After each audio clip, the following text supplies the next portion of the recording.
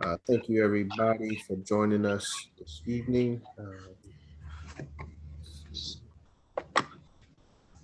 Share screen.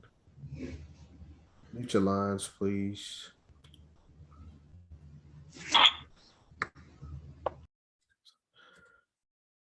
So it is 5:19 p.m., June 26, 2022.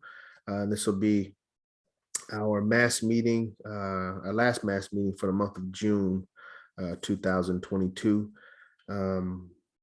As far as agenda, we've got a couple updates from Juneteenth, a small report from Juneteenth, and we'll be looking at the calendar for the months of July as well as August, and seeing what events we have on the calendar, what we need to be prepared for, and if there's anything that we want to add to the calendar, any programs, we can do that. As always, we start with the pledge, and then I'll do pledge and then ground rules. So if you would repeat after me. I commit my body, mind, and spirit. I commit my body, mind, and spirit to the protection, defense, and security. To the protection, defense, and security Of the red, black, and green. of the red, black, and green. I dedicate my life to the redemption of Mother Africa. I dedicate my life to the redemption of Mother Africa And the liberation of her scattered Black children. and the liberation of her scattered Black children. I accept for myself and my descendants I accept for myself and my descendants teachings of universal African nationalism the The teachings of universal African nationalism. I promise that our children will be instilled and And I promise that our children will be instilled with the purpose and knowledge of themselves as African people. with the with the purpose purpose and knowledge of themselves as African people, In order that the cause of our struggle in order that the cause of our struggle will neither falter nor fail will neither falter nor fail until all Black people are free and united until all Black people are free and united through one God, through one God, one aim, one aim, and one destiny. one and one destiny. Race first. Thank you, everybody. Race first. That officially opens up our meeting. One of the additions that we've added to the meeting is the reading of our preamble, something that as officers we should memorize, and as members we should know. Garvey says this is one of the best ways to explain the UNIA, its purpose, and its founding. So, preamble from the Constitution of the UNIA-ACL. The Universal Negro Improvement Association and African Communities League is a social, friendly, humanitarian, charitable, educational, institutional, constructive, and expansive society, and is founded by persons desiring to the utmost to work for the general uplift of the Negro peoples of the world. And the members pledge themselves to do all in their power to conserve the rights of their noble race and to respect the rights of all mankind, believing always in the brotherhood of man and the fatherhood of God. The motto of the organization is one God, one aim, one destiny. Therefore, let justice be done to all mankind, realizing that if the strong oppresses the weak, confusion and discontent will ever mark the path of peace, but with love, faith, and charity towards all, the reign of peace and plenty will be heralded unto the world, and the generations of men shall be called blessed. I think I messed up something in there. The path of man, yeah, somewhere in there. But that's our preamble. Let's see. Next slide. Let me see if we got enough officers for this. I think we do. Sister Tania is on, Brother Ross Marvin. Yeah, we're good. So we got enough. Macias is still on. Yeah, he's still on. Another thing that we want to do from an official standpoint is vote to accept the minutes of the previous meeting. So we're trying to be a little bit better with our recording and documentation and keeping track of the things we discussed last meeting going into the next meeting. But just as the part of my role is recording secretary as well. So just as recording secretary, I'm asking the officers, current officers, I make a motion to accept the minutes as discussed for our minutes from last meeting. Got a second.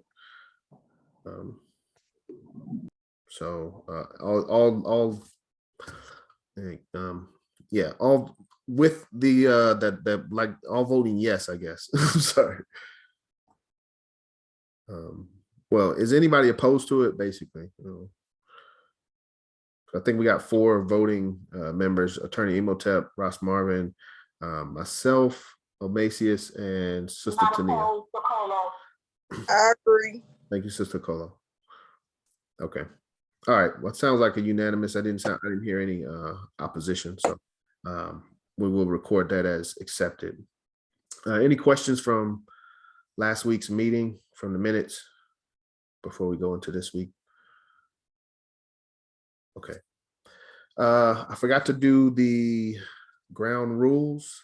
Sister Tania, did you want to do the ground rules, or you just want me to go ahead and flow with it?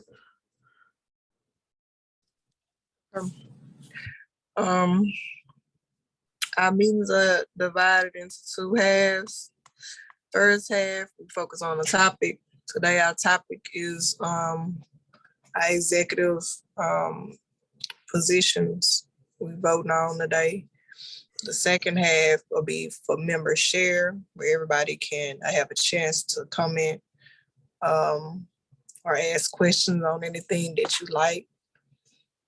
We asked everyone take 3 to 5 minutes only during member share and try not to go over. And then also whenever you ask questions after we finish our topic, try not to go past the 3 to 4 minutes. So we stay on the topic. And also have a pen and paper available. Take notes, write member contact information down, keep your phone on mute when you're not speaking. There are people on this call with different ideas and different religious beliefs. It's okay to disagree. We must not become disrespectful. Ladies, do not give out your number during the meeting. Instead, give out your your email address, or if you have like a second number or a business number, you can do that also. And do not use the N-word or and try to refrain from using curse words. And that's it. Thank you, Sister Tania. So with that, I think the main thing that we were trying to do today is election. First Vice President, Brother Omasius, are we ready to share the electronic document for voting?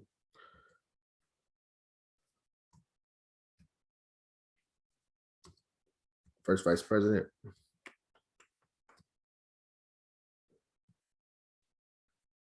Sorry, President, I'm trying to unmute. Yes. We are? Yes. Okay. Did you, let me see. Robert James, I did add up there. You got the is there a way, did you send it to my email or something? Is there a way I can pull it up for the family? I got it from yesterday. Yesterday. Just use one from yesterday? It's the same one, yep. The same one from yesterday. Okay. So I guess I got the link. I gotta share it. But I'll put the link for this in the chat. Let me do that now while we're going over it, so people can kind of just fill it out at their leisure.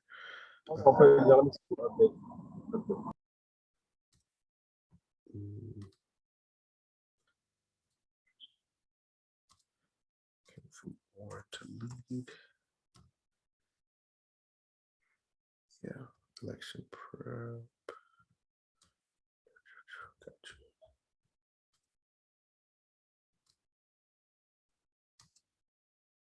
Okay. I'm gonna drop the link for voting in the chat.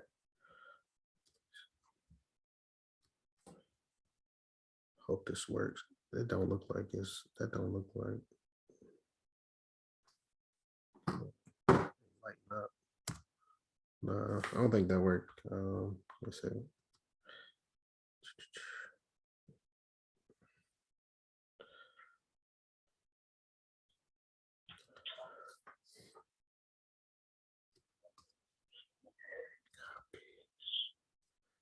Try this.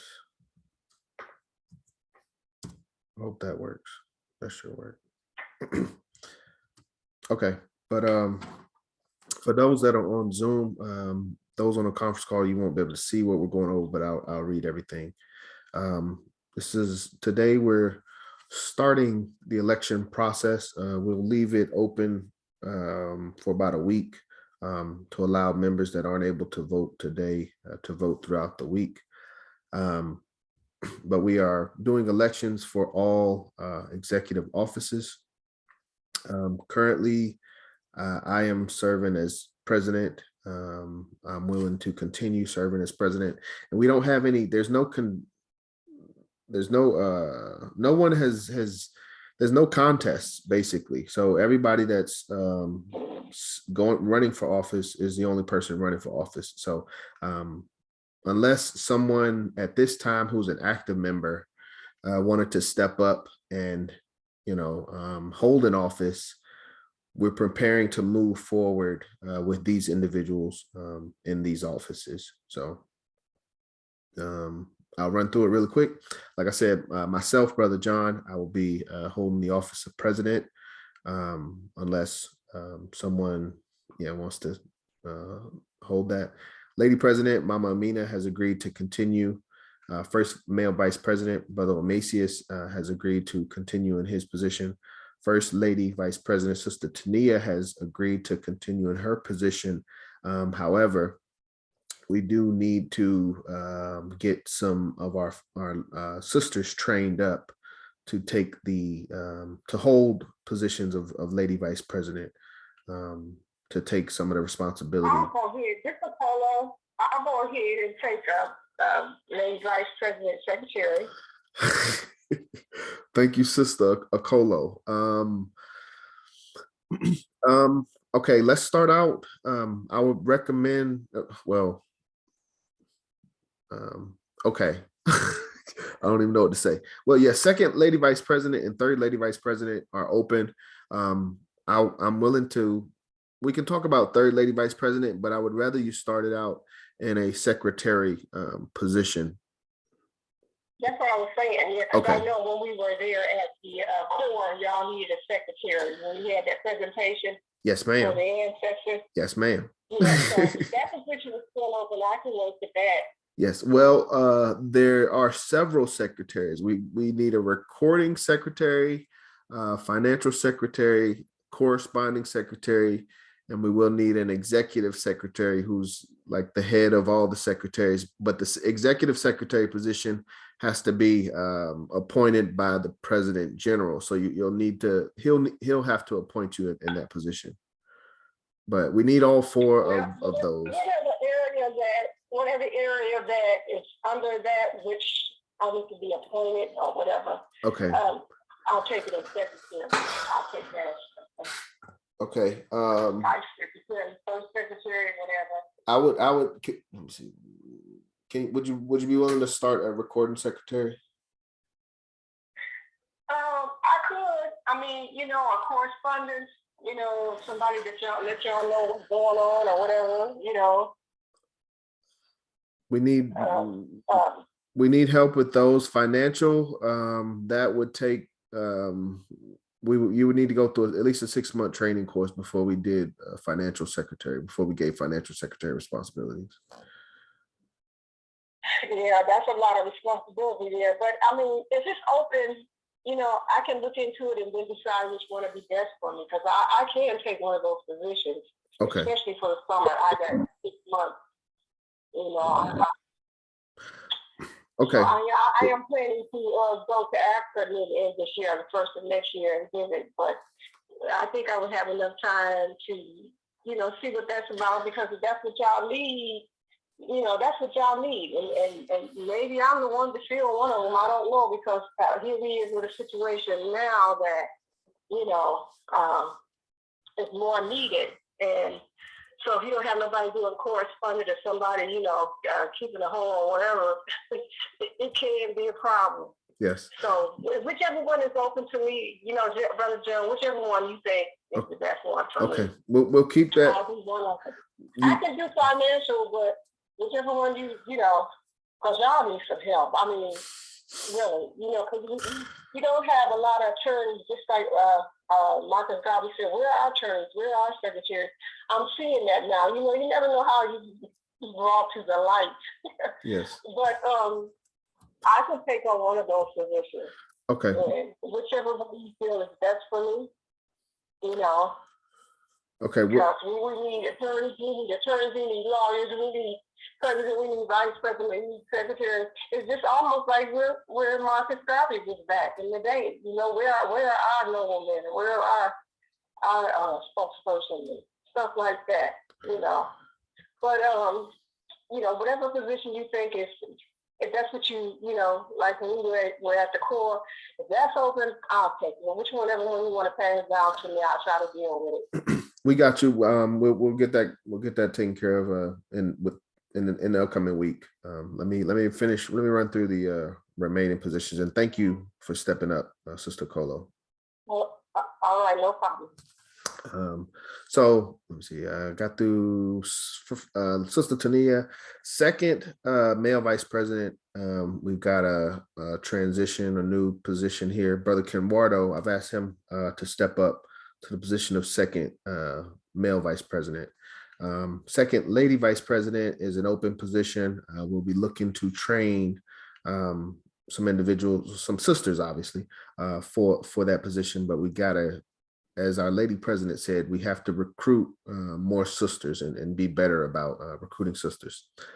Third male vice president, Brother Cornelius, is maintaining that position. He served in that position throughout last year. And third lady vice president is also an open position. So those are your presidents, lady presidents, and male and female vice presidents. Then we go down to the secretaries.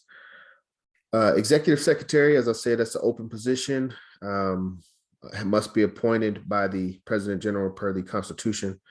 Financial secretary, I have been handling those responsibilities just because it's a sensitive role, and we need to make sure we have the right people in that position. Recording secretary, I've just been doing that just because we've been, and that's just something that I've been doing recently with our recordings. So I'll go through our recordings and post them to YouTube, and I count that as a recording, and that's where I pull the minutes from as well. So also a promotion for our YouTube page. Make sure everybody goes out and subscribes to UNIA Division 421 YouTube page to keep up with the meetings, the study groups, and everything that's going on. Then in corresponding secretary, Sister Tania has been in that role, but we haven't, that role hasn't been extremely active due to my understanding is there should be a relationship between corresponding and recording. So once the recordings and things are put together, or when we have events and stuff, we put that together, it's fed to the corresponding secretary. But if we're not doing anything, then we don't have anything to give to the corresponding secretary. But Sister Tania has been holding that role, and she's been doing a great job. So, but yeah, we'll talk about having someone else hold that role. Continuing with the rest of the officers, legal defense coordinator, Attorney Imhotep, has been in that role for several years. and he hasn't told me that he does not, unless he tells me he wants to step down. He's as we've talked about, we don't have a lot of individuals qualified for this, so he's been holding that for us, and we appreciate that. African Prisoner Support Coordinator is an open position, something we need to get filled, something we have to be better with. Part of our aims and objectives is reclaiming the fallen. So those that are part of the American injustice system, we have to help these individuals become, get back into society. So we got to be better with that. Education Coordinator, Brother Kwabena, Dr. Kwabena will continue in that position. Agriculture Coordinator, Brother Cornelius will continue in that position. And Business Coordinator, Brother Omasius will continue in that position. Promotions and Marketing Coordinator, Brother James Wilson will also be in that position. So those are those offices. Let's see, Membership Coordinator, I've been holding that position just because, like, based on how we gain members, it's based on, we do it at events. So we have to get a better system where we have, I guess, more propaganda or better propaganda where we can just give things out to our members, and that funnels individuals to a certain location, and that's where our Membership Coordinator would receive all that information. The way we've been recruiting recently is through our events. We'll have an event, we share information, we talk with the people, we try to get them signed up on the spot. So there's not much of an official process right now, but we do need help establishing an official process, and at least having help and having members understand what it takes to sign people up, the documentation as well as the financial aspect. But I'm holding that for now. If anybody else wants to do that, or is qualified, we can talk about that. Constitutional Coordinator, I put myself there. Brother James was holding that based on like the study groups and things like that, and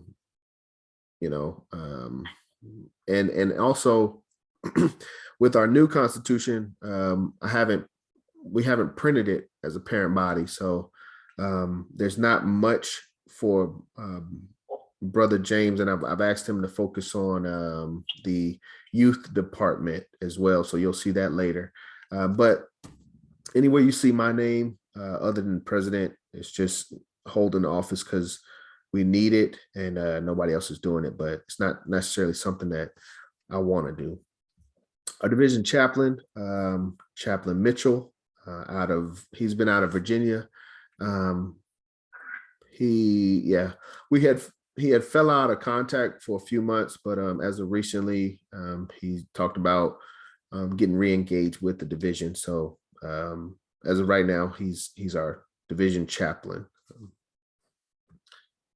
A couple more positions. So, I put myself as treasurer, President Ross Marvin. This was before we talked. I wasn't sure, based on, you giving me all the stuff. I wasn't sure if you were going to hold it, but after talking with you, I'm glad you are holding it, because I feel like it's important to have two hands, two eyes on the financial process.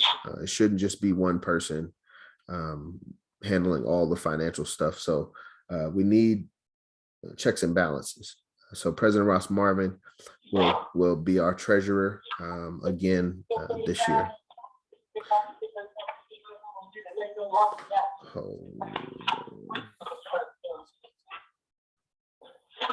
I'm gonna be here.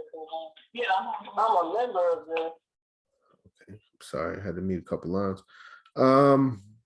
Let me continue. We're almost done. Where is that at? Yeah, that's not that one. So President Ross Marvin, treasurer. Brother Andrew has been in the position of assistant treasurer. We've got to get these positions like really trained up though. But that's something that as executives we have to provide. Office of African Redemption Fund is an open position. So that is where we fund the parent body's African Redemption Fund. And I'll also like to use that as a local, to help with our local fundraisers as well. So that office is open. International Expatriate Movement is open. Marcus Garvey Exoneration is open, and Universal African Black Cross Nurses will be held by Sister Erica for the second year. I think there's maybe one or two more sections. Community Outreach Coordinator, Brother Kenwardo, held that position last year. He did a great job. Asking him to continue with that, as well as holding the position of second vice president. Our youth coordinator, this was an open position. I'm asking Brother James. He's done a great job working with our youth, and we had a Easter egg program this year. So, and he's got 2 young children, and he's had a significant emphasis on making sure we keep the youth involved. So I just think it was a perfect fit. In my opinion, he's willing to hold that. So Brother James will be our youth coordinator. Arts and culture coordinator is an open position. Special events coordinator is an open position, and that's a needed position as well. We'll talk about that when we get into the calendar, but special events coordinator is open. Video production coordinator is open. That would help us with our propaganda, as well as record keeping of things that we're doing, and being able to tell our story the way we want to. Whirlwind newsletter editor, Sister Tania. This is also a position that we need to get some more individuals trained up on. Sister Tania has been doing this position for over 5 years, and we haven't really had a focus on training, someone to take over or expand the role. So we're looking at training for the next Whirlwind newsletter editor as well, which would be our Whirlwind newsletter staff. So it's an open position. Need help there. Office of Research Coordinator, open position. It's just help wherever we need help, whether it's looking for funding or, whatever program we're working on. So these are the officers, these are the offices, with the exception of Sister Okolo. Was there anyone that wanted to step up, make a change, or wait, Baba James, I don't know where African Legion is. You say that, President Brown, I don't have African Legion on there, I see now. Yeah, African Legion needs to be added. Baba James will be our coordinator for the African Legion. So unless there's, any objections or anything, what I presented is what will be our executive body for the rest of 2022 and the beginning of 2023 until next election. So, any questions, comments? Brother Macy's, I heard you making a comment. No, I was coming about the African Legion. That's all.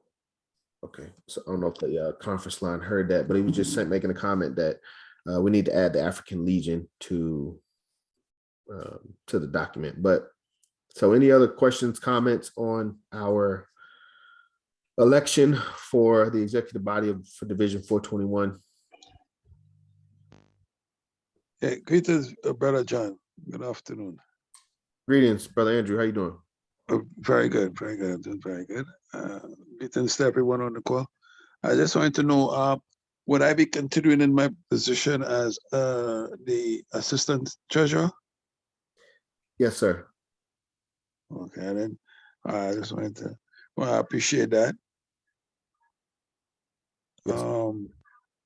Yeah, but I got to link up with Brother Ross,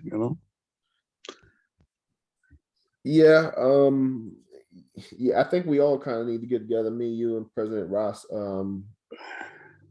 because we just got to talk. It's probably offline. Okay, sounds good. But yes, as of the way we are position right now, we have you in the role of assistant treasurer. Okay. I accept. I appreciate it.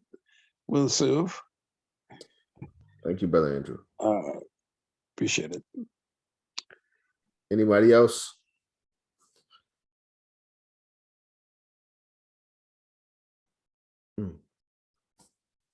Y'all excited about election? You said Baba James, what position? African Legion. Yes, with the specific focus coming from let me see, course of African philosophy. Three priorities would be cultural pride, physical fitness, and discipline. Is that position on the nomination sheet? It's not on the sheet. That's what me and brother first vice president was just talking about. I didn't see that here, so that needs to be changed.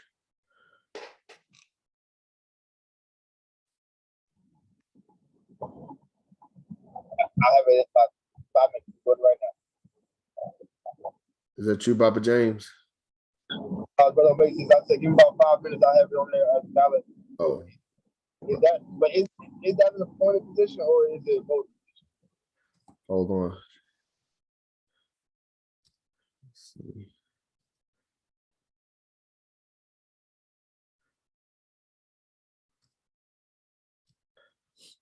Give me 1 second.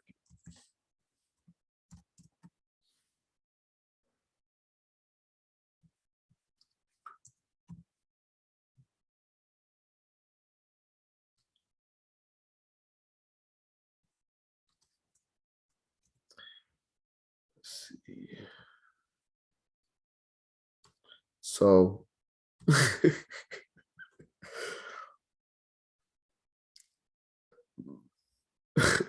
based on our old structure, and I got it, phone number's not up there. Office 22 was the Office of African Legion.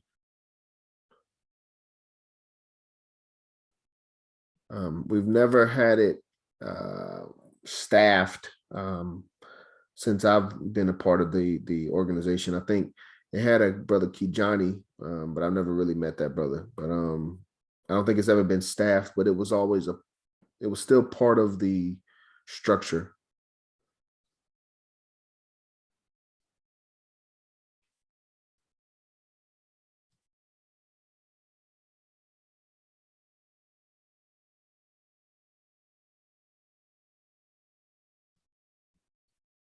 President Ross Marvin.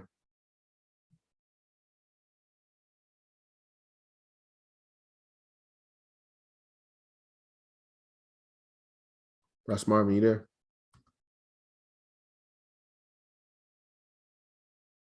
You on mute? Okay.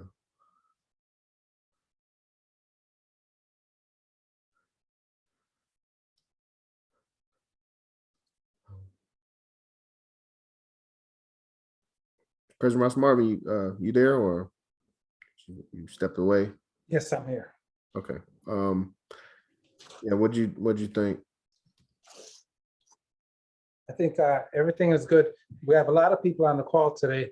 So those people who don't have an office position, definitely now is the time to step up and help our division by grabbing a position that is open. Yes. Especially the position that we have our president serving more than one role. So give thanks to all those who stepped up, Sister Okola, Baba James, but we need everybody to step up and hold an office position. That way our division will be even stronger. Yes, sir. Absolutely. I'll recap really quick the open positions. Starting from the top: Second Lady Vice President, Third Lady Vice President, Executive Secretary, I say Recording Secretary. We need help with Financial Secretary as well, so I don't want anybody that's interested in that. Office of African Prisoner Support Coordinator is open. see. Membership coordinator, open position. Constitution coordinator, open position. Elder coordinator, I think I skipped that one, open position. Treasurer is closed. African Redemption Fund, open position. International Expatriate Movement, open position. Marcus Garvey Exoneration, open position. Arts and Culture Coordinator, open position. Special Events Coordinator, Video Production Coordinator, Whirlwind Newsletter Staff, Office of Research. So those are the offices. Also keep in mind, as executive officers, that entitles you to one vote. So me as president, I get the same vote as officer of African Redemption Fund, so even if it's not a position that you're passionate about, if you want to be a part of, the government, the voting process, be a part of the executive meetings, this is the way to do it, is becoming a part of the executive officers. So again, I'll open it up. Was there anyone that wanted to step up to a position, to one of the open positions before we move away? Peace to the family. Peace, Brother Omar. Peace, Brother Omar. Yes, sir. Yes, sir. But you said it was the African Legion. Yes. Okay, I can fill that position. I need to know a little bit more about it. Well, no, that's not. Well, no. African Redemption Fund was an open position. African Legion is that position is filled at this time. Oh, okay. Okay, gotcha. But thank you, my brother. Any other comments on election, executive offices? This Sister Tanea, I don't know, maybe sometime this next year we need to have a type of plan or a type of structure to people that haven't had a position, which positions that they can get.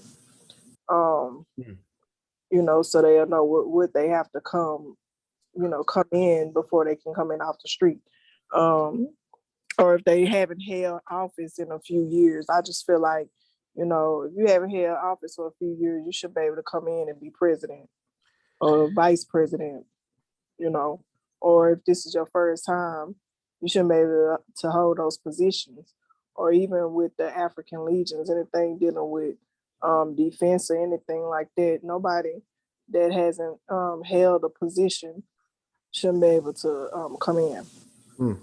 And we don't have it written, but it needs to be before, before we get old and move on. So the new generation, they don't come in doing it. Understand. All right. Yes, I've thought about that. I know we had something popped up last year, but we've talked about it with president, lady vice presidents. We've talked about it. We hadn't really talked about it to that level of Legion, but I think that would apply. One thing to keep in mind, per the Constitution, the way I understand it, the president of the division is still the head of the Legion. I've got to look at the Constitution. I'm not sure if there is I want to say this is a local, this will be a local office, empowered by the local executive body.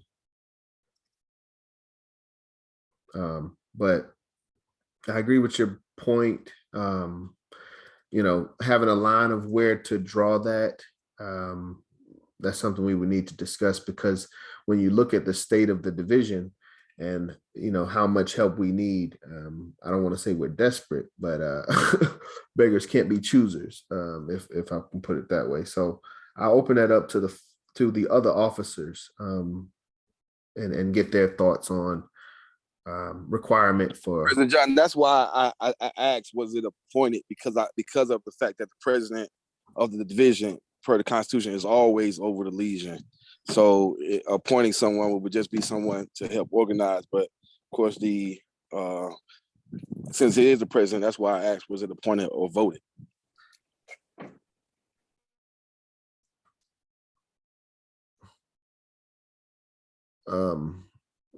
I've got to look at the Constitution again. Even if it is, an appointed position, I like to get consensus with our membership, especially our executives. So, And I wanted to come back and say, I do understand that we are short, but also some of these positions, you're able to have access to people's information. And I just feel like we should, we should protect people's information. And it's not really just about the positions. It's about what it gains you that I have an issue with. You know what I'm saying? Or maybe we can move the work around and keep the title, but I don't think nobody off of the street should be able to come in and have access to my address and my phone number. absolutely. Have access to anybody else's address and phone number. Absolutely. Yeah, that's not going to happen. Not for at least 6 months. We've been through this before, and actually, I think it was the 6 months mark. We trusted an individual that ended up walking away from the organization. But that's what I'm saying. There has to be a balancing act of trusting individuals enough to give them some of the responsibility, because if we're asking people for help and we're asking people to take the load off, how much trust do they have to show before they get some of this information? But anyway, my point was like, the transfer of information would go through me. It wouldn't be, I don't plan on doing any type of big, hey, this is the list. I've given a list to the lady president. She has member cell phone numbers and maybe addresses, because she had talked about doing mailing out some stuff at one time, but nothing has really come from that. So I understand your point, and what I'm trying to say is we haven't gotten a lot of benefit from my experience within the organization from giving people these data resources. So that would be a very, very limited, communication will probably go through me, saying like, so-and-so is calling everybody, to this location for this event, but it will come through me.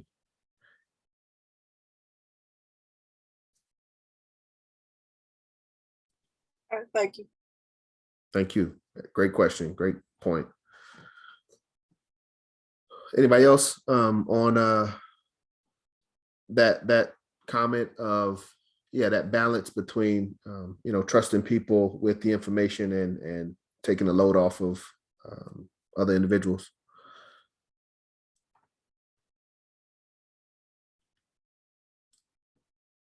Okay.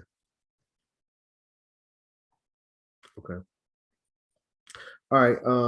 Well, congratulations to our new officers.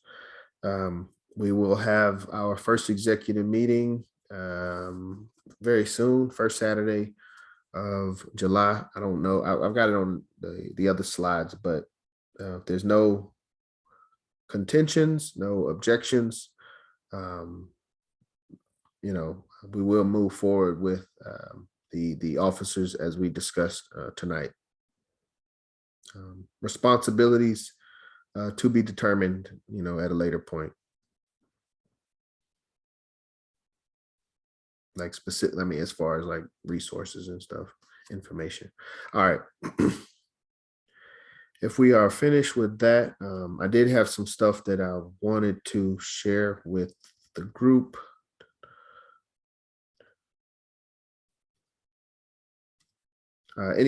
Before I go back to this, any questions, comments, final questions, comments on election? Okay.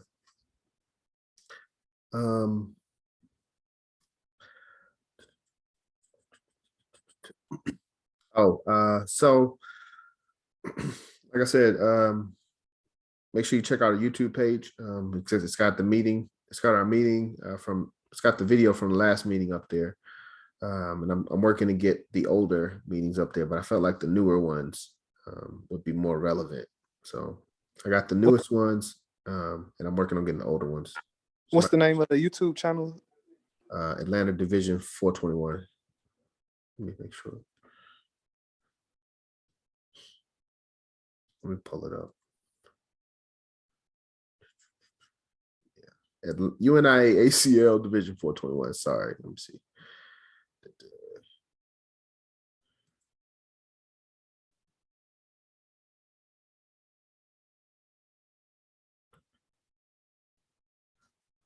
So this is our YouTube page. We had a short study group. This is old. That's an old study group. But June 12th was our last mass meeting. This is a good video, but this is our YouTube page. So yeah, check that out. Support us, share, subscribe, all that good stuff. Get us in the algorithm. Wanted to highlight a Black-owned laundry detergent company here in Atlanta. I've been seeing them around the community. So just want to, we always highlight them. For a second. It's named True Laundry Detergent. I don't really know much about it, but I know we know the owner. Owners supports the community. So just some support for him and Black business, local Black business. Yeah, where can we shop with the brother at? Where can you shop with him? Yes, to get the soap. Let me see. Well, he got a web page. I'm on his web page. Can you on Zoom, ain't you? Yes, sir. Let's see, find True. That's a good question. I mean, let me just.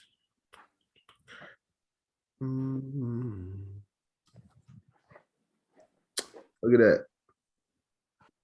I know one of the places you can buy True is at Ace Hardware, our own national, and that Ace Hardware location is a Black-owned franchise. 6835 Old National. So they've got a directory on their webpage, but I guess depending on what state you're in, they got different locations where you can get their products. You can order it online too.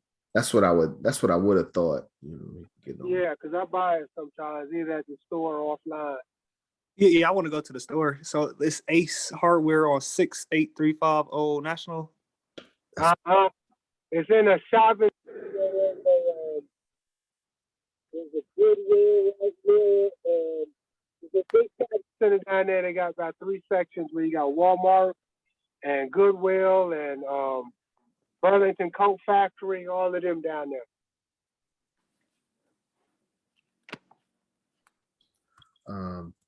The address that I saw on the site, Brother Cornelius may know. He's seen it personally, but the site that they've got on here, 6835 Old National, is one of their Ace Hardwares at least. Thank you. 120. Okay, but yeah, True Laundry Detergent. They were at Juneteenth, and they've been at some other events throughout the community. So just want to support them. Another quick plug is Black Man Lab. So as I said, brother, attorney Mawuli Davis, he's got some men programs in Atlanta. He's got one on the west side of Atlanta on Mondays, and I think they do the same thing on the east side on Tuesdays. But one of the programs that they have put out was a album from the youth. So this is a way to support them, support the youth, you know, something positive for the youth. So any streaming service, YouTube, music, Spotify, Apple, all that good stuff.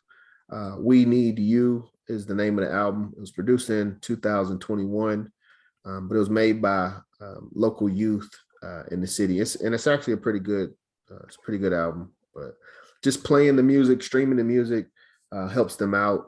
You know, buying the album obviously would help them, but any way you can, you know, support them, share their music, it helps. So it gives the youth something, you know, a positive creative outlet, other than some of the alternatives they may have. All right, if there aren't any questions on that, let's see. Go back my presentation.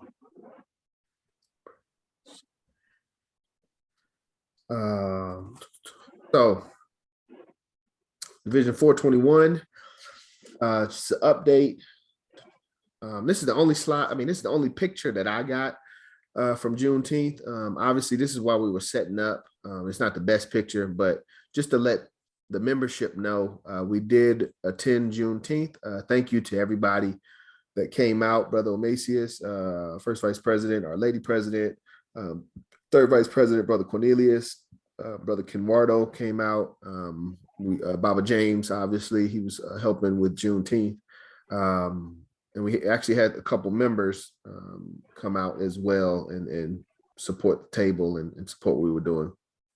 A couple things that we were able to do. One of the big things, I thought that I had this at the bottom, but we got 13 registered members. So members, well, not really registered members, but member contact information would probably been better, where we share email and phone numbers. 2 active members, so people actually sign up and pay dues. We sold some books, sold some flags, sold some calendars. So we brought in some funds into the organization, and 300 brochures is big.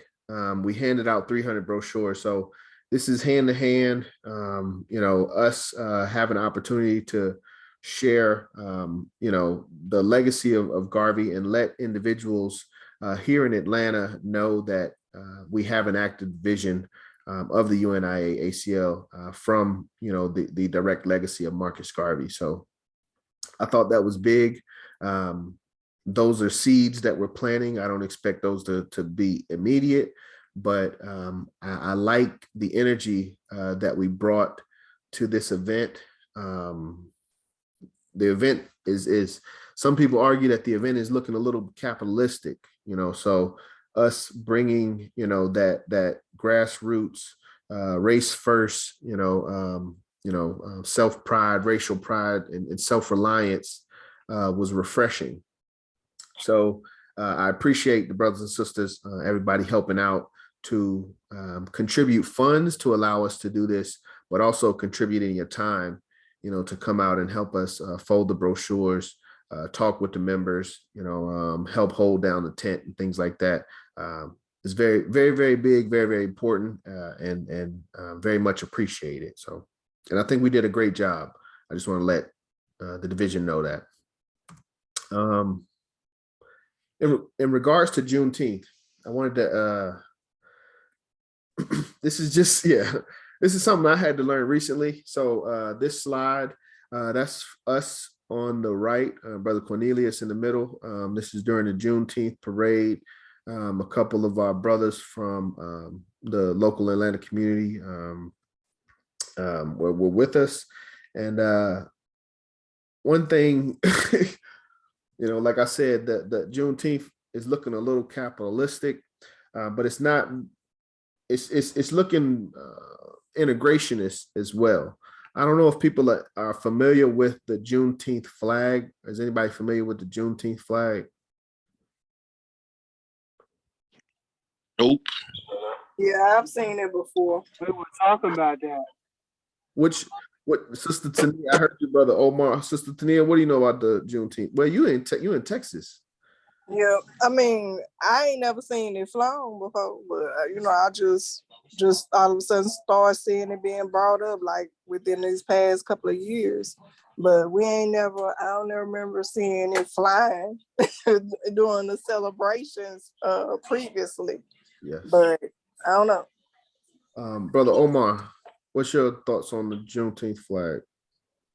Well, I seen the flag, brother, during one of the functions, but it was a red, white, and blue flag, and it has a star in the center. Yes, sir. You know it. Yeah, the sister, I think she's 85 now or something like that. 85-year-old sister who was, I think she was doing marches for almost until the age of 80. Matter of fact, she just finished a march on Juneteenth when she was pushing for Juneteenth to become a national holiday. Mm-hmm. And her name was Lee, I think. I think her sister's name was, her last name was Lee. I think it's Albert Lee or something.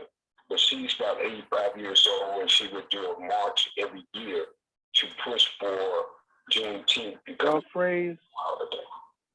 And the flag is red, white, and blue with a white star in the middle. Sorry, I forgot I have my head. All right. Absolutely correct, Brother Omar. I've got an article up here. It's from Oprah Daily, published May 18th, 2022. So fairly recent. Try to find, as President Ross Marvin teaches me, we try to find a Black source to our information. So I had a Wikipedia and another source, but then I thought Oprah Daily may be a better source, and it turned out pretty good. But let me read this article. It should only take a few minutes.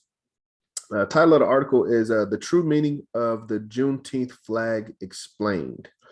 It says, in recent years, the police killing of Ahmaud Arbery, George Floyd, and Breonna Taylor have sparked the resurgence of Black Lives Matter movement, causing many Americans to take another look at the complicated history of our country has with race and racism.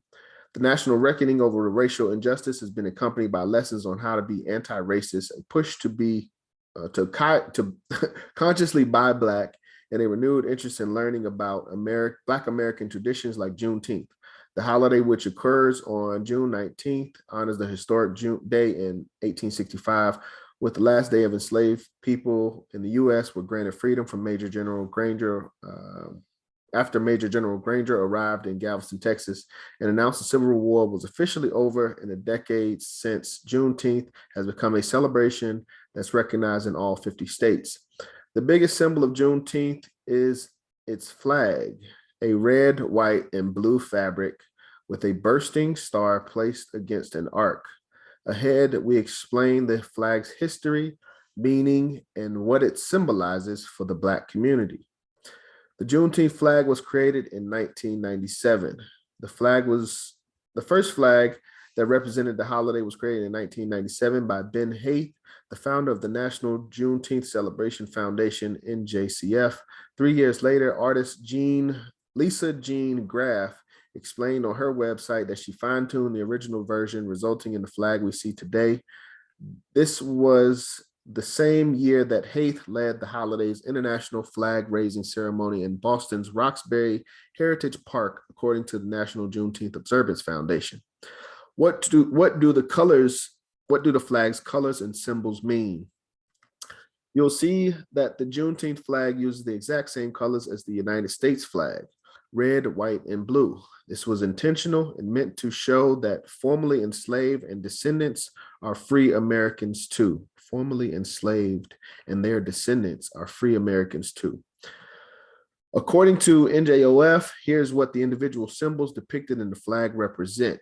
The arc represents a new horizon, meaning fresh and promising futures for Black Americans. The star not only is it a nod to the Lone Star, where Juneteenth was first celebrated in 1865, but it also stands for the freedom of every Black American in all 50 states. The outline surrounding the star is meant to reflect a nova or a new star, which represents a new beginning for all. And in 2007, the date of the first Juneteenth, June 19th, 1865, was added to the flag. But you may see another flag used during celebrations. Even though the red, white, and blue flag is closely associated with Juneteenth, you'll still see some celebrating with the red, green, and black Pan-African flag. They got it. How you even get the colors? How you mess up the colors?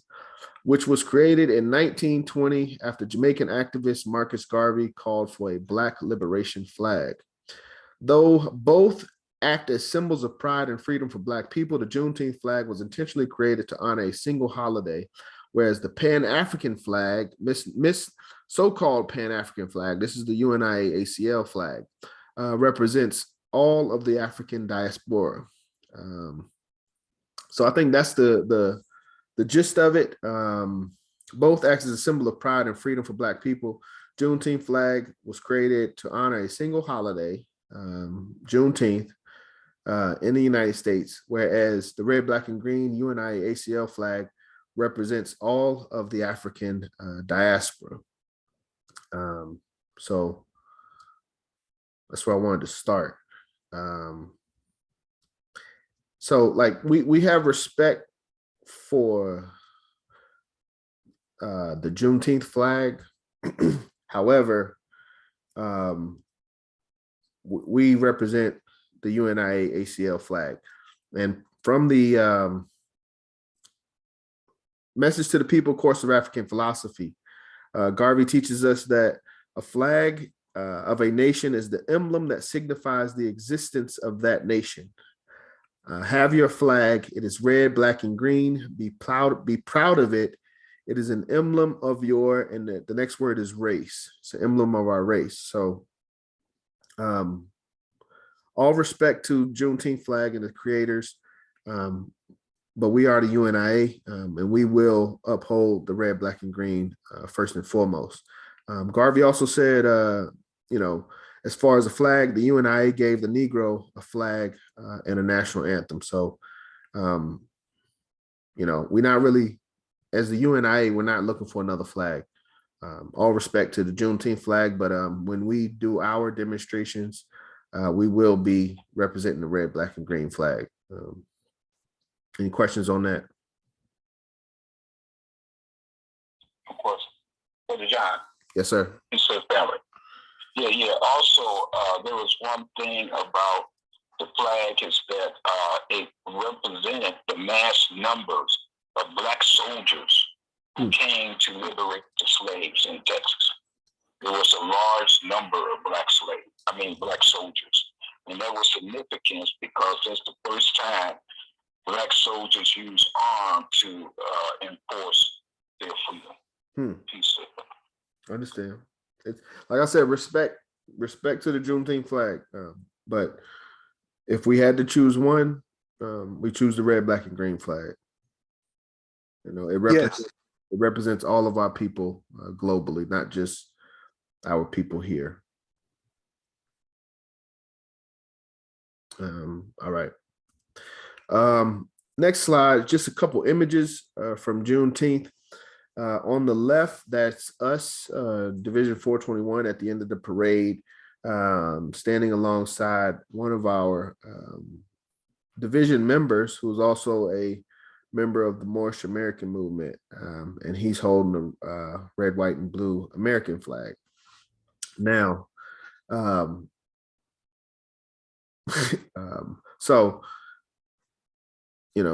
have to have a partnership with America. So, to an extent, I know that sounds bad, but we are under United States jurisdiction, so we still have to have a level of respect. I was told, from our parent body, that it's tradition, that we have the United States flag as part of our demonstrations. It wasn't something that I had wanted or thought of, but It was a recommendation from the elders, so we try to be consistent. But we were at the parade representing. Brother Macy is there in the picture. So, and the picture on the right is, if you look up CNN Atlanta Juneteenth 2022, this will be the picture that comes up. But I wanted to share this picture because, I thought it was interesting, given the current condition of the nation in the past month. I think it's been exactly 1 month since the shooting in Texas, so for us to be able to have an event like this where children, can, enjoy themselves is a accomplishment, it's something that we should be proud of as people in the city and people of the participants in the division that played a part in the demonstration. So, like I said before, highly proud of our division and how we performed and how we demonstrated in Juneteenth this year. Any questions about the pictures or anything? Okay. Let me see. So it's 6:25. Try to be quick. We wanted to talk about calendar. So July is coming up, and we'll be having an executive meeting July 2nd. That's the first Saturday. And I was thinking we could possibly do an in-person orientation, have an in-person meeting July 23rd. Brother Kenwardo was saying that we may be able to use his facility. So I wanted to get our officers and members' thoughts on trying to do orientation July 23rd at Forest Park.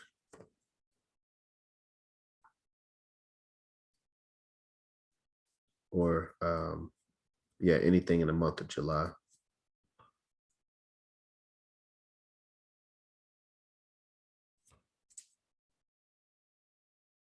Nothing. I'm sharing my screen. Fine with me. Okay. Yeah, I'm sharing screen. Okay. Well, I guess we'll talk about that a little more later, but we do need to get going because that will be the first event. And I'm a little bit worried about it just because it's so close to August, but I guess we could talk about that in the executive meeting. But Mama Amina had talked about having in-person meetings. So I think that would be our next good opportunity. So as far as August, though, August is going to be a busy month. Executive meeting first Saturday, so August 6th. We were planning a caravan in the West End, in the same area. So West End, around Malcolm X Park, the Shrine of the Black Madonna, and then going up towards Morehouse College. But we did it last year, and we're going to do it again this year. Brother Kenwardo's been leading that. But yeah, that'll be the 13th of August. And then the next week, the 20th of August, this is where we have Marcus Garvey Day at the Shrine of the Black Madonna. We've already let them know about the date and everything, but we do need to come together and start officially planning and get the paperwork done for that. That's something else that I'd like to discuss at our July executive meeting. And then after the 20th, our 64th International Convention starts on the 23rd. So we'll need to have some delegates in Detroit or traveling to Detroit that week. And then on that Saturday, the 27th, one of our division members, Brother Tut Moses, is going to be having RBG Music Fest in Atlanta. What's the Detroit? I'm from Detroit, Michigan, so I never was even aware that we had. Wait, do we got like people out there? I was never aware of that. I'm sorry. Yes, Detroit has, I think, the oldest active division in the UNIA, Division 407. is in Detroit. So August 23rd through, I don't know if it's 26th or 27th, but I've got them in the next slides. All of the divisions in the UNIA will be heading up to Detroit for our international convention. It's our biggest meeting of the year.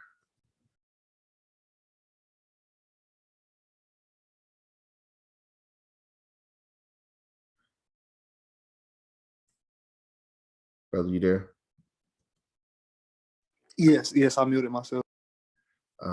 So you would need to get in touch with the division president in Detroit. You can send me, I think I spoke with you.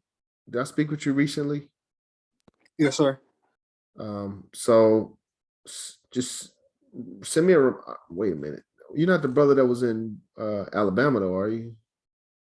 No, I was the one that just moved from Detroit down here. To Atlanta? Yeah. Okay. All right. Just send me a text. And I'll get you the Detroit. Well, all right, hold on. Sorry, let me slow down. Do you live in Detroit or you live here? I live here now, but yeah, I probably won't be going back there for a while, you know. Oh, I thought you were trying to go to the convention. Yeah, if I can, I will, but like most likely I'm trying to like avoid that area. Okay.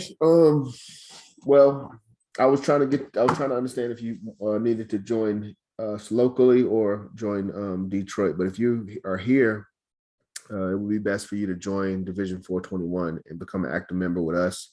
And that would allow you privilege to attend the convention in Detroit.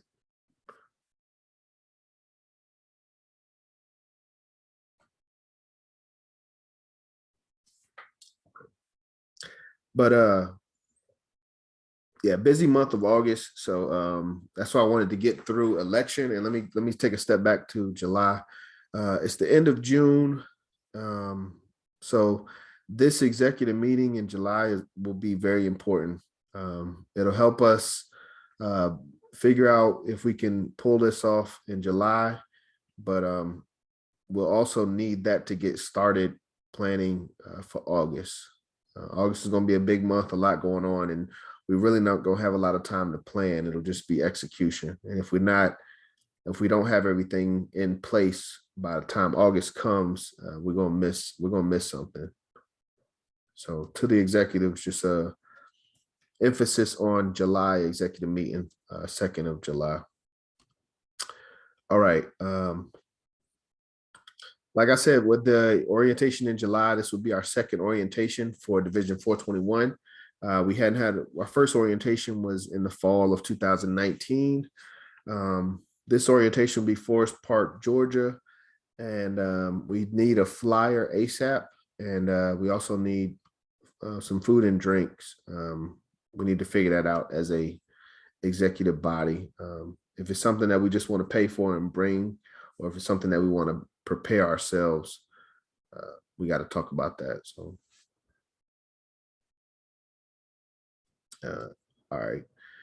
I'm gonna try to run through this. So this is just one thing we've always talked about. When does success happen? What two things have to meet for success to happen? Success happens when preparation meets opportunity. So this is just kind of focused on men, particularly the attention span for men. And I'm, it's not trying to be sexist or anything, but just making an observation that this is a perfect prime time for us to be recruiting the brothers. And the reason why I say that is that the basketball season ends in June, so it's ending now, and football season doesn't start until September. So there's a big gap, July and August, where the attention is not people. It's not as much excuses, I guess. They still have things like off-season things, but there's not as much excuses as throughout the rest of the year. So just wanted to highlight that for the brothers, no matter if it's not just a particular UNIA thing, but it's just a mindset thing for brothers. Like it seems like from what I've seen in the past, July and August is usually part of our biggest recruitment months. And I think it has something to do with brothers' attention span, at least. So, like I said, planning, I had touched on this already. I'll touch on this again. This will go in executive meeting. We had talked about the orientation. Beyond orientation would be the second annual Pan-African Caravan, August 13th at West End. We've got a flyer for it, so we've been promoting for this already and kind of getting planned and organized for that. So, somebody had a comment? Okay. Marcus Garvey Day 2022. This will be August 20th at Shrine of the Black Madonna in Atlanta. Don't have a flyer for this, so we need to get a flyer ASAP. So executive meeting stuff, we got to get that taken care of. Does anybody know what is the governing body of the UNIA-ACL? No. Nobody knows. President Ross Marvin, you don't know this one. The governing body of the UNIA-ACL is the International Convention, which meets annually, unless otherwise provided for. So the 64th International Convention is this question. So when we talk about plan for national defense, a plan for Liberty Halls across the nation, national plan for Black Cross nurses, a national economic plan for the UNIA, funding for local division, the cost of member dues, amendments to the Constitution. All of this stuff happens at International Convention, which will be taking place at Detroit this year. Somebody was going to say something.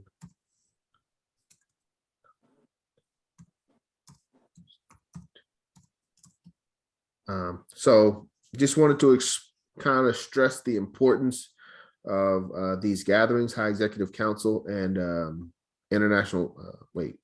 High Executive Council and Convention, sorry. So as I said, 64th International Convention, they have a flyer. This is a draft flyer. They got to make some updates to it, some changes, but the event will be officially August 23rd through 27th in Detroit, Michigan. 5 days of events, so including a parade on Saturday. But all divisions, President General will be there as well. So, and we're working on getting a delegation. First Vice President is working on. Well, we need to at the executive meeting. We'll know how many members want to go, and we can get transportation for that. But most of the stuff that I'm talking about right now is kind of preparation for our upcoming executive meeting. And then another thing that we need to be aware of is 2023 High Executive Council. So High Executive Council will be here in Atlanta next year, April 19th through 23rd. So once we get through August, I kind of want us to start looking at April and High Executive Council. We can do some stuff for Kwanzaa, or and we can still do like Ancestors Day, but I do want us to be, to have a focus on High Executive Council and be ready for that. So again, that's something else for executive meeting, but something to be aware of. These were some of the organizations at Juneteenth. First one was ADOS, American Descendants of Slaves. One thing I did want to highlight from them and show our organization. If you're not familiar with American Descendants of Slaves, started by Antonio Moore and Yvette Carnell, but they're reparations organization, pretty much. But one thing that I have to give them respect for, let me see, where's it at? Is this it? I saw it earlier. They had a about us, is that it? Black agenda, I think this is what it was. Yes. So we don't necessarily agree with all of their principles and philosophies, but they are Black people. And at the end of the day, we are responsible for them, and we hope to recruit them as part of the UNIA at some point. But we do understand the difference in philosophies and approaches and things like that. But one thing I wanted to share with the membership, especially our executives, one of the things that we've talked about, we actually talked about on the last meeting, was vision, where we recruit individuals under the big idea of race first, self-reliance, up you mighty race, Africa for the Africans, those at home and those abroad. That's the big idea. But when they come to the division, they need the specific idea, the idea of what's our plan for agriculture? What's our plan for Black businesses? What's our plan? Well, we don't have a cannabis plan, but what's our plan for education? What's our plan for criminal justice? Health and nutrition. So, they're little, Garvey teaches us the greatest weapon used against our people is disorganization. But when you look at their resources, they're a little more organized than we are. And they're answering some of these questions that our people have in regards to organization. They come to a organization based on the big idea.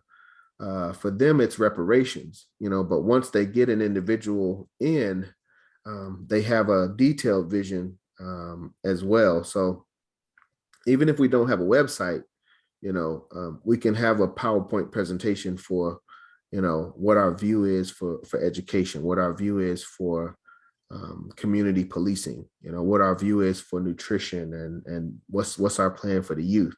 So just a message to our executives as far as what we're up against. We're trying to recruit people, but we're not the only ones. So we have to be aware of what others are providing and what is attractive, to the recruit population. So, all right, that was ADOS. That's the only one I'm really going to go into. Black Man Lab, as we talked about, local group here in Atlanta for Black men, trying to help develop Black men. Malcolm X grassroots movement, local organization doing work in honor of Malcolm X. The Royal Black Guard, this is a quote unquote militia group, a Second Amendment group. They were part of Huey P. Newton Gun Club at one time, but group of brothers that support the Second Amendment. But my point is, we have to work with all these organizations. Garvey, in his time, he said, his goal was not to have independent, not to just have independent nations, strong nations, but to build a great empire, and I want to say in his time, nations were actual nations, nations on the continent, Liberia, Ethiopia, Jamaica, Nations. Whereas now we've got smaller nations, Black Man Lab, Malcolm X grassroots movement, ADOS, these are all smaller groups that could be considered nations that we still have a responsibility to bring all of these groups together under the theme of race pride, self-reliance, and self-governance. But yeah, all these groups were either there or, I added Black student associations in Atlanta, but we need to be working with all these groups. We need to have representation, delegates within all of these groups. We need to know what they're providing, and they also need to know what we provide, because a lot of times people don't know that the organization is still active. So again, to the executives, to the members. Well, a lot of our members are actually part of some of these groups and some groups that are not listed here in Atlanta. So these are just the ones that we saw that walked up to us and shared information. But again, we just got to keep working with all these groups and bring everything together. Next slide is, so this one is, I had a conversation with some brothers, and the discussion was about, what's been going on. And, he was an elder brother. And he said, yeah, it's a wake up call. He's talking about the Texas thing and the Buffalo thing. And my question was, what's the point of saying that we're woke, if we constantly need a wake up call? This is just a couple things that I was able to pull up, going back to Emmett Till, 1995, Rodney King, Dylan Roof, George Floyd. How many wake up calls do we need, before we, stand up as a race and come together and organize and do something for ourselves? Couple other names, it's an endless amount, but this is just another half a slide that I could put together quickly with just a couple other names. But the point is the same. Why, if we are a woke people, why do we keep needing reminders, that we need to be doing for ourselves? So let's be proactive.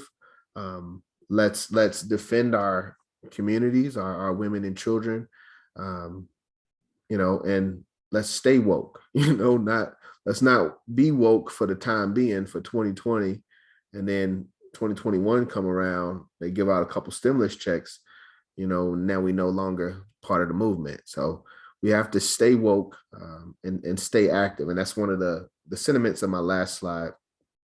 Only got a couple more slides. So this is something that I call a self-governance circle. You may agree, you may not agree, but the three questions that we're trying to figure out is as to why we're here and what we're trying to do, from an aspect of defending ourselves, self-reliance, self-governance. It's a why we got to answer, why we're here, or why we're here. How do we proceed, and what it is that we need to be doing. From a why standpoint, for me, it's about freedom, sovereignty, whatever you want to call it, self-reliance. It's about the ability to govern ourselves. That's why, we, in a sense, that's why we come to these meetings. That's why we want to be a part of the organization. How do we do it? Self-reliance, self-determination, self-governance. So we do it by doing what we're doing right now, having meetings, having elections, electing officers, having officers serve in positions, and building an organization that becomes, an organization / government that becomes a functioning nation. And the last step to that is what we should be focusing on. And the what comes down to responsibility and accountability. If we are responsible when it comes to what we need to be doing, if we hold ourselves accountable, hold each other accountable to the roles and responsibilities of self-governance, then we will reach, our goal of freedom and sovereignty. So it's just something I put together. Main focus is responsibility and accountability, for most of us. If you haven't, gotten inspired to the point of understanding why you're here or what we need to do, that's a different question. But for those that have figured out why we're here and what we, how we move forward, we need to be focusing on what our responsibilities, what other people's responsibilities, and how do we hold ourselves accountable so that we're progressing as a government. Two more slides. So one thing, fundraiser for the international headquarters. I am part of the committee for the international headquarters. Let's see, I don't even know what I'm sharing right now. Yeah, okay, that's cool. I'm a part of the committee. They've allowed me as division president for Division 421 in Atlanta to be on the international headquarters committee. I'm trying to find this document. Yeah, got it. In this committee, main focus is international headquarters and raising funds for the international headquarters. We had a meeting yesterday, and that meeting yesterday is preparing membership to receive this letter I'm sharing now. Yeah. So from a parent body standpoint, our big focus membership, growing all the divisions and international headquarters, raising funds for the international headquarters. Our chair for the national headquarters, division president 401 Marua, brother Marua, put this letter together. Letter is dated June 18th, 2022, from the Universal Negro Improvement Association, African Communities League, UNIA International Headquarters fundraising chair. Greetings, Garveyites. The general fundraising for the international headquarters is ongoing. We thank you for the pledges and the funds we have received. Currently, we have close to $100,000 in pledges.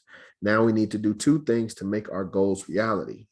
First, we need to honor our pledges and make them donations. We need actual funds to start the work. Send your donation in before August 22nd, August 2022 conventions. Second, we need to continue our fundraising.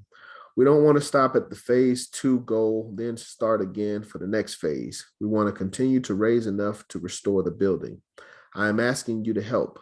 Reach out to organizations you support, businesses you use, rich friends, any friends, and family, and ask them to support the UNIA and ACL. If you want me to reach out to a person or organization, send me the contact information. But we think the results will be better if there is a personal connection. I have prepared a letter and donation sheet for you to use. That's another email. I'm not going to get into that one. In phase 1, we raised over $25,000 to replace the roof. We need at least $120,000 for phase 2 of the building repair. However, I am sure that you have noticed that all the prices are going up, and that is not going to be enough. We do not have an estimate on the total cost for completion of the international headquarters, but we know it will be more than $500,000.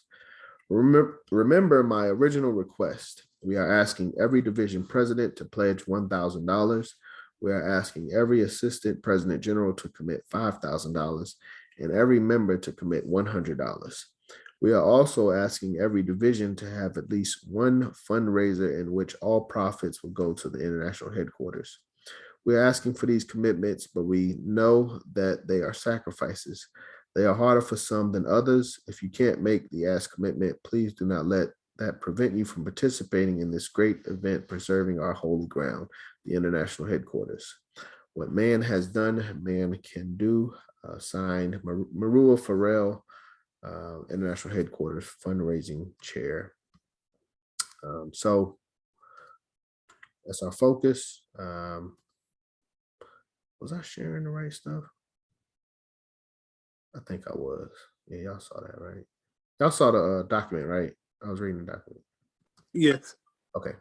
All right, last slide, and then we'll move to member share. Just a call to get active. And for those that are active, stay active. I pulled this quote as I was putting this together, but it's supposedly from Nelson Mandela. You can't trust the internet these days. They put any kind of quote and put any face, but it says, there can be no greater gift than that of giving one's time and energy to help others without expecting anything in return. So we're asking for volunteers. We're asking for a sacrifice. If it was easy, it wouldn't be a sacrifice. So I don't know. Yeah, I don't have anything else. If there aren't any, well, I'll open the floor for questions and comments before we move to member share.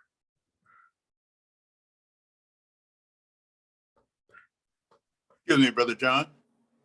Yes. You mentioned Forest Park, Georgia. Could you give me more information on that event? Yes. Let me see something. Give me 1 second. Well,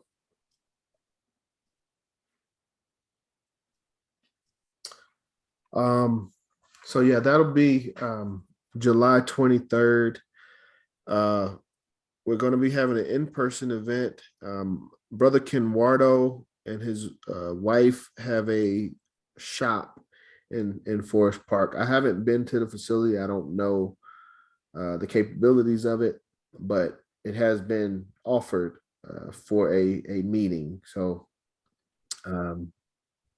we're trying to put that together. I'm committed to putting this together. I don't have all the details as far as location and things like that. Thank you. Thank you, Brother Orman. I'll once we get it finalized, I'll be sure to get that to you. Okay. Any other questions, comments?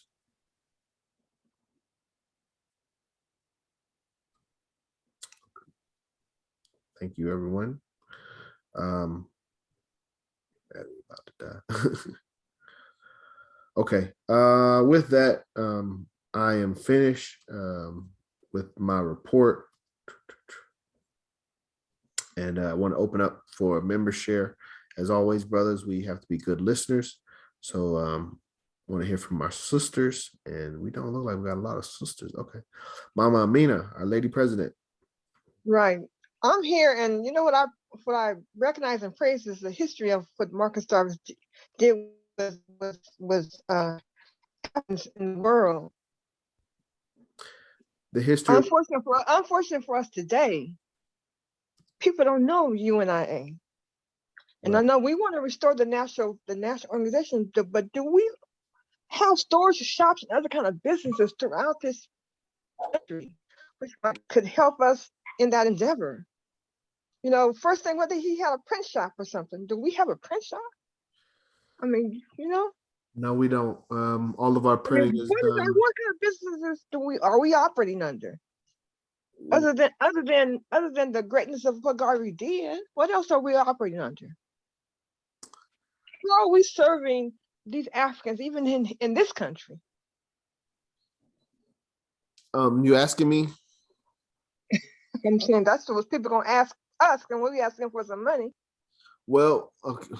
The best thing I can think of is the Restaurant Owners Corp in New York that the parent body works with. Supposedly, they have a connection, a relationship with some brothers and sisters in the Caribbean, where they bring foods from farms down there up to the market in New York, and they're able to sell it to our people here in the States. That's the best, biggest industry that I'm aware of that we have in the UNIA. But restaurant, Fakarock. I'm just saying store stuff or any other kind of business or something in order to benefit, our government.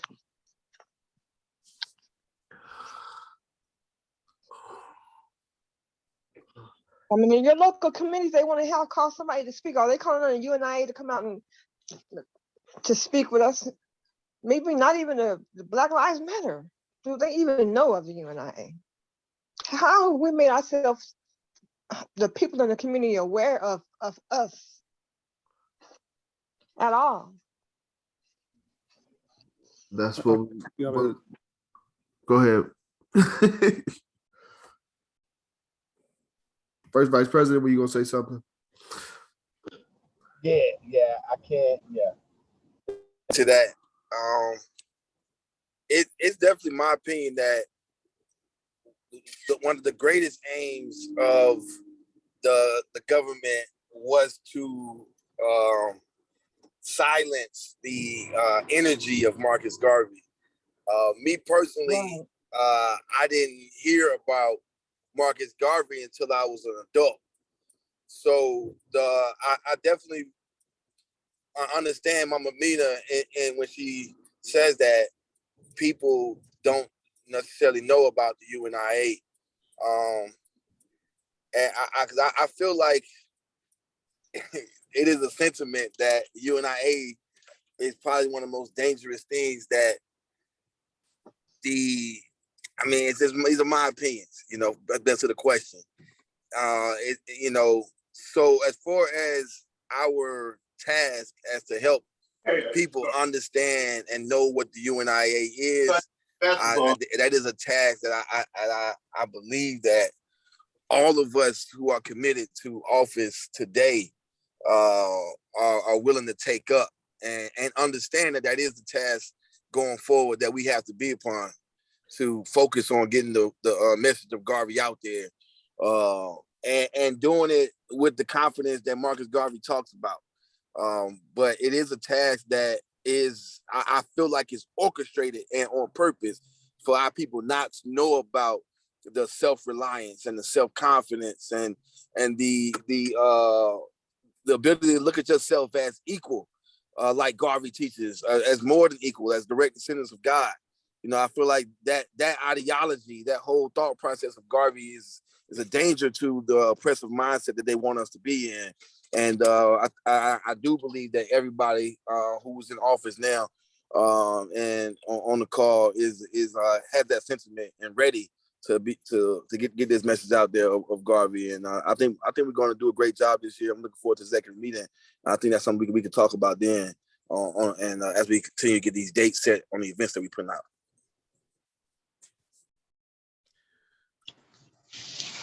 Permission to speak. Go ahead, Baba James. We are the example of what self-determination is based on what Garvey is, and we can just add light to that example. And when Mama Mina asked that question, what is the parent body doing, or what are we doing as UNIA members? And in our way, we're doing what we do as Pan-African people. However, we don't document it.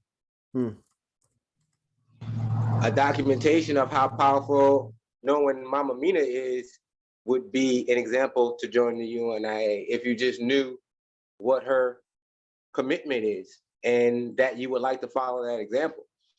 And I can say this about just about every UNIA member that I've had a personal opportunity to work with. I know that we all put in a personal commitment to put in what we know we can do. I know that as this world we live in, it puts us in an individual or separate circumstance, and our individual separate circumstance of learning things and knowing things needs to be organized and again documented and then shown to the world. So when we put ourselves in a position that we can market, and I hate to use that word because it doesn't apply to how important it is that we know where we come from and have a full direction as to where we're going.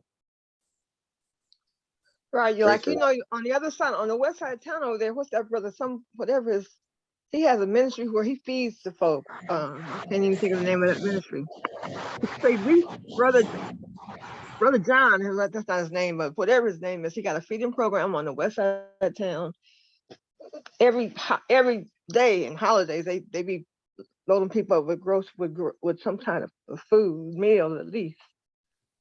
I said we know that Joe Blow, that's his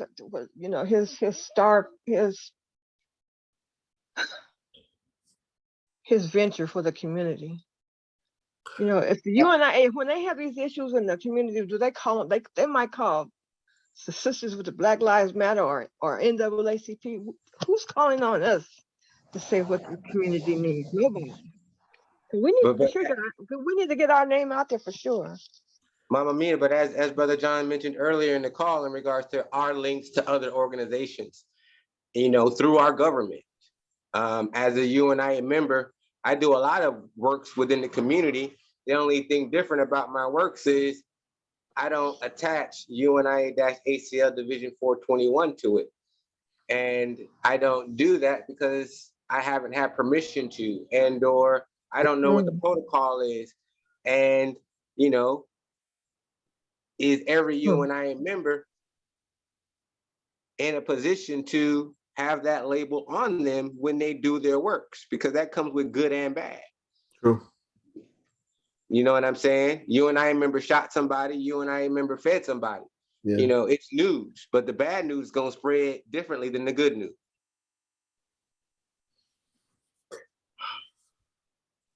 So where do we put ourselves and draw the line? Everybody on this call does something for this community.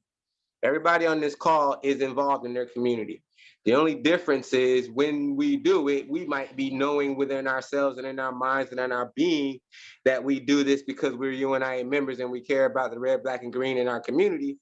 However, we're not telling the world that's why we're doing it. Most people know that we're doing it because we showed up and we care. So how do we Well, change I like to watch PBS, and then there's Henry Louis Gates. Well, you know, Henry Louis Gates is gonna have a whole history of Africans throughout the world, and everything we've done, and what your daddy, your granddaddy, and your great granddaddy might have done. We standing on the shoulders of a great man. Mama Mina. We need to be out there doing something, I believe. Mama Mina. Yes, sir. I hear you. Baba James, you had something?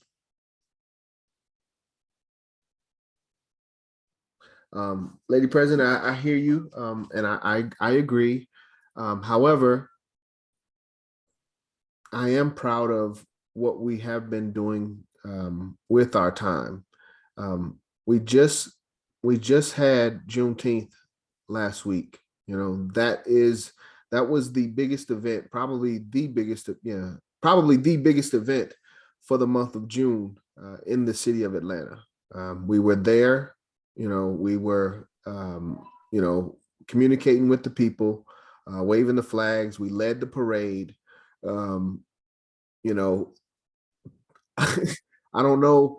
We have a small group. That's the thing. I think we're doing everything correctly as far as hitting, executing when we need to. I think we're doing that. It's just our numbers aren't to the point where we have a larger impact. But we just finished Juneteenth. We had this week. We didn't do much this week. Brother Kenwardo was supposed to have a feeding program, but things got canceled. We were talking about doing a feeding program next week. Most of our stuff has to be centered, well, for me, has to be centered around the weekends.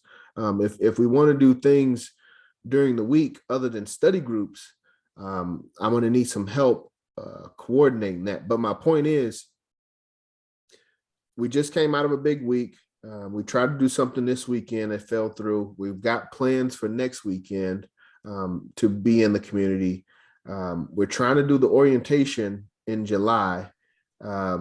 August is packed.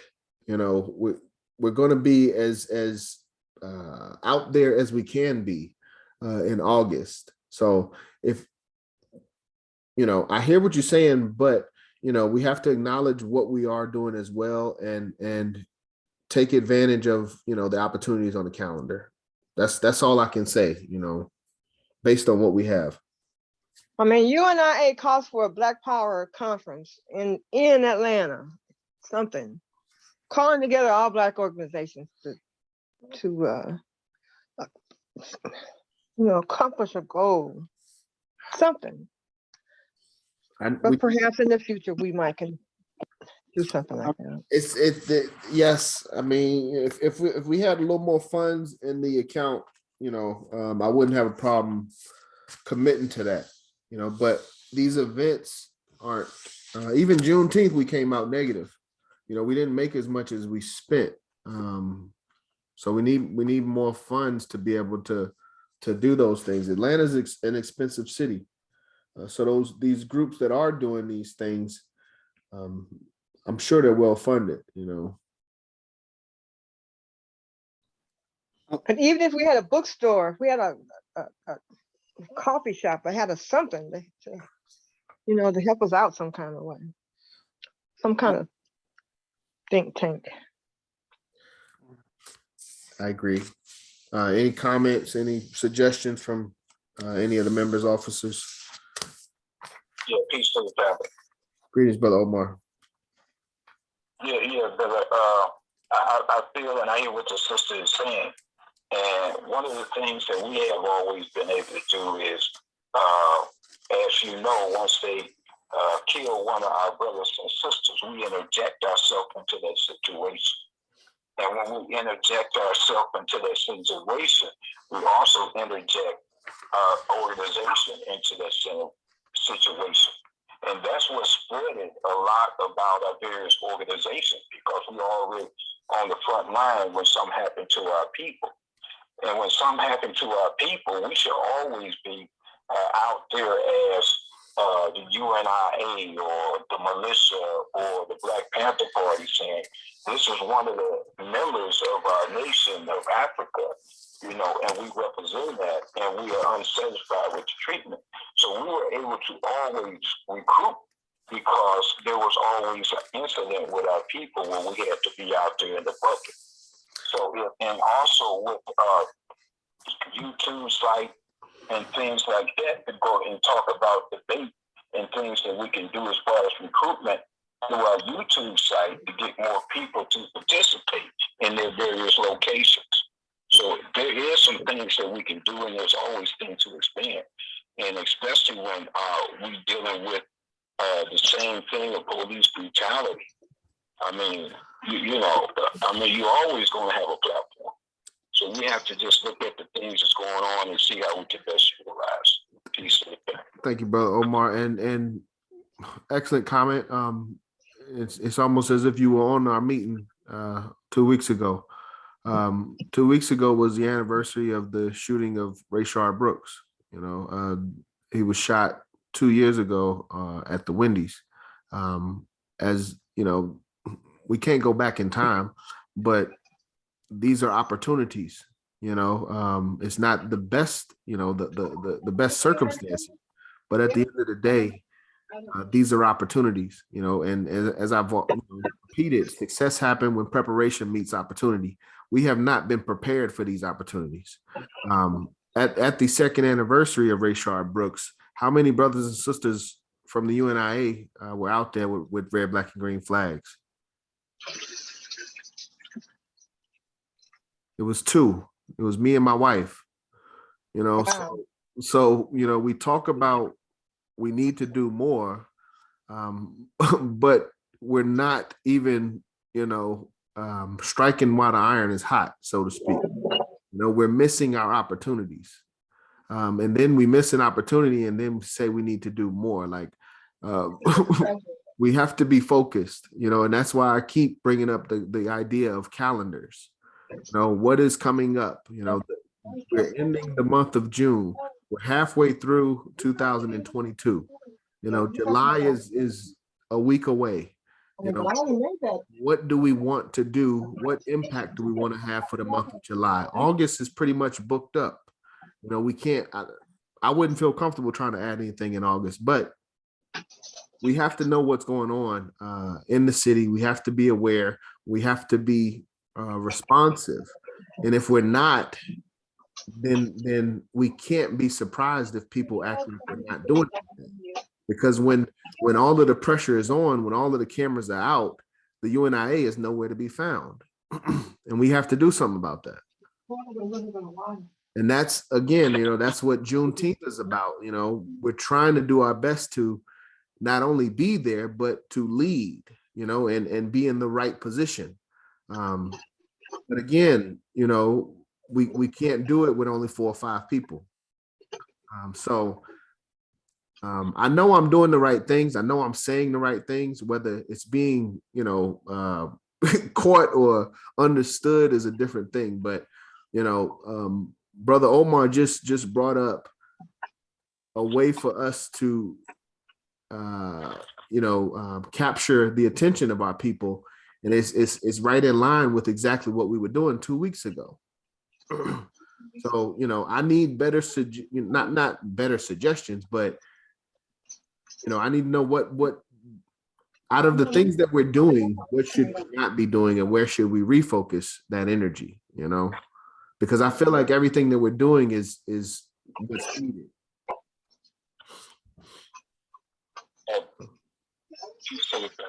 Brother Omar. Yes, sir. Also, brother, I think us being a nation to be able to, from our legal department, to send a letter to the mayor anytime we get a fallen member of the Black Nation. Peace to the family. Yes, sir, Brother Omar. And that's a fundamental principle of Garveyism, is to have these relationships with political officials. So you're absolutely correct. We need to be more organized so that we can respond accordingly. So, but thank you, Brother Omar. You're absolutely correct. I agree. It should be an official position, an official stance based on the organization. Okay, we were still in member share. Mama Amina, were you finished? Did you have anything else that you wanted to mention or bring to the table? I just, maybe if we get, I'm sorry. Can I respond to that too after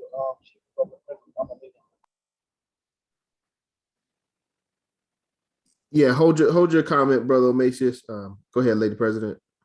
I was just hope, personally, we can get us our site for people can say, I'm going to talk to the brothers over there at the UNIA, up on First Street, Northwest Atlanta, or wherever. Yes. Let's go over there somewhere. We, mobilize our members and be effective for the community. Even if it's have a little bookstore, Black books or something. I agree. It's only me. First President. First Vice President, Brother Macius. Yeah, I was the brother before that. He was talking about the internet, the international approach. We have to have an approach on the top. I know that's one of the things that I really agree on, and that I've really been trying to work on is to bridge the gap between the local divisions and the parent body. Because Baba James mentioned earlier about the marketing of it, and as much as we don't want to call it that, that's pretty much what it is. How we're marketing the government as a whole affects how we market the division. And me, like Baba Down, I never want to step on any toes or go out of protocol. So I did. So that's one of the reasons why I spent so much time in Philadelphia, going to New York, and really trying to get to know the parent body and going to these to our convention is to get to know the parent body and try to get us all on the direction and figure out what the direction of the overall organization is, so that we can all be in alignment to market us in a way. The American dream is one of the most marketed products that's purchased by our people, and for us to understand that and figure out how we're marketing this whole. Can y'all still hear me? I'm sorry. I had a call came in. But to figure out how we're marketing us as a UNIA is an approach that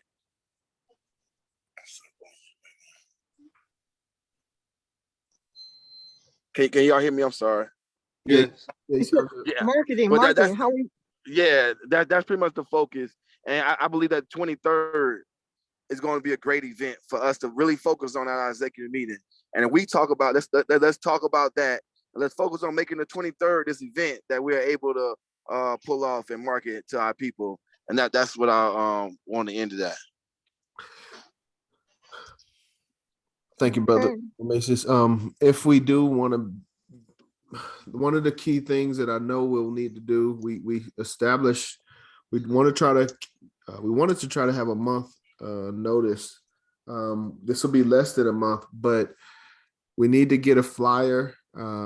We already have the location, but we need to start pumping the promotions and propaganda. Get a flyer, social media. I can get some hand copies printed out, and we can start moving that because, you know, we're losing time. We will be losing time, like to promote. We don't want to wait a week before the event and then start promoting because we're not the results we want. Right. And, you know, I came into the UNIA when I did back in the day with Reverend Sanders. Reverend Sanders was a senior minister in the AME church, but he had been a member for a long time. So there may be a lot of seniors out there who formerly were members, you know, who might would, I don't, you know, want to reconnect. I mean, registered members that have already signed up. Right. And get those registered members who have already paid their membership fees and everything, get them actively involved. And if it makes you feel better, I mean, I guess like a quick solution that like I guess I could do, like, but like even the brother said, like it's already like a target on your back is dangerous. I mean, it's automatically gonna be dangerous, but like for recruiting or like spreading the word, like that's like a quick solution to like get other people to join, members to join. But you know, that's even difficult in America with the schism. Like, I mean, I try to talk to other people, a part of the diaspora, because specifically in America, the American diaspora, it's like, it's a schism, and I don't know. They're just like, for my generation, at least, it's you know, it's dangerous, it's difficult, and I don't know, like with my generation. Did you see when they said, when they burnt down Greenwood and the federal government came in there, did you see who the government questioned? All the brothers who were the organizers who helped. This is the United States government. That's who they question. Not them white folks that burnt down the town. They questioned the brothers who were involved in that and mobilizing the people. That's how sick they might be. But you have to respect that. This is America, you know, the land of the free, home of the brave. No, that's sick. But yes, let's as an executive body focus on doing the best that we can for the July 23rd event, promote as best we can. We've got to get a program for the event together. Decide if you get the flyers out, I'll mail them out to the people, to our members, our local and those away. We'll mail some. Okay. So I guess the main focus is flyer, and I got to get with Brother Kenwardo. I need to go see the facility, but he's been busy. So get with Kenwardo and make a flyer. But those should be top items for executive meeting.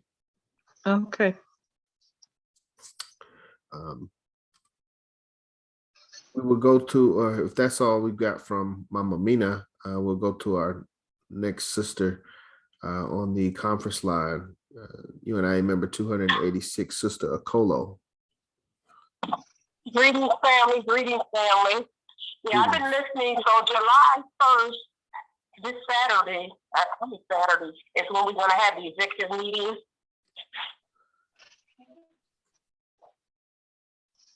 Hello? Say that again. July 1st is the first executive meeting when we all, the officers meet up, or I'm not quite understanding. Yes, July. Will you be sending something out to our email? Will you be sending something to our email so I'll stay posted? I usually do text, preferably. I need to get better with email. Yeah, I do text. Yeah, text me. Okay.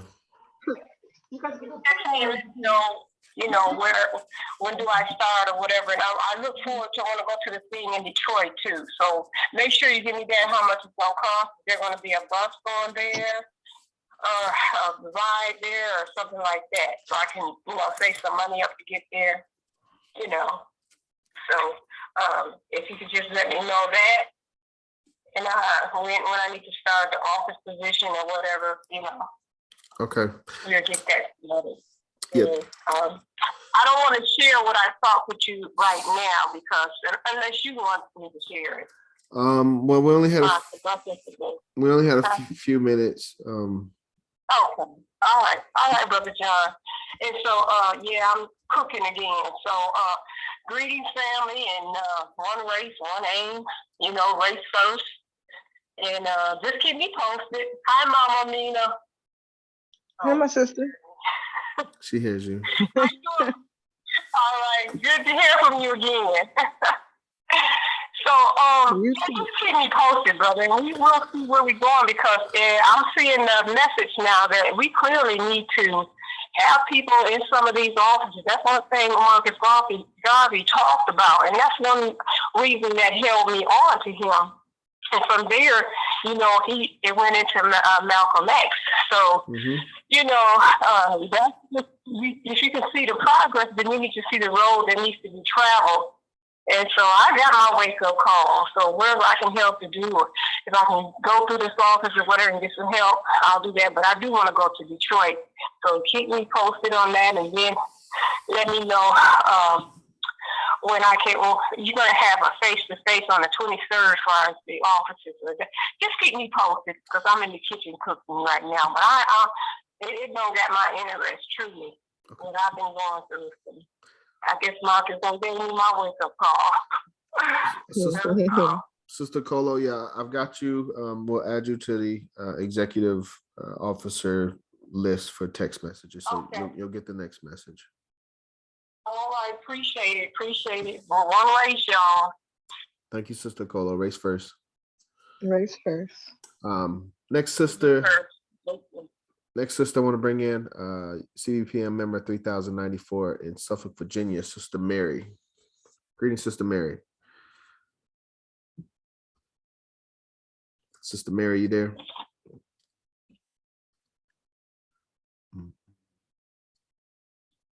Sister Mary? Okay, Sister Mary.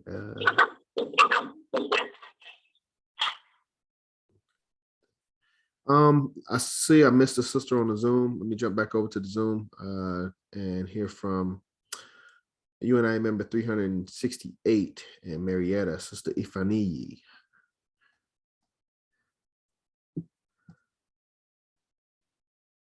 Sister Ifaniyi.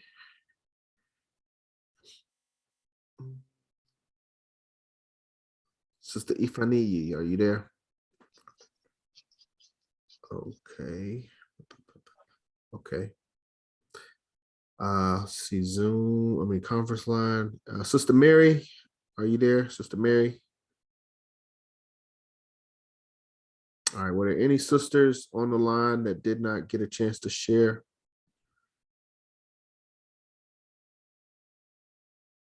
Oh, sisters, okay. Last call, sisters. Any sisters on the line that did not get a chance to share? Okay. I want to jump over to our brothers. First brother that I wanted to bring in, actually, I wanted to bring in our Legal Defense Committee coordinator, Attorney Imhotep. Attorney Imhotep, are you there?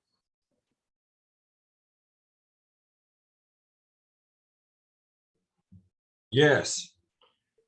Hey, Mammy. Greetings, African. Greetings.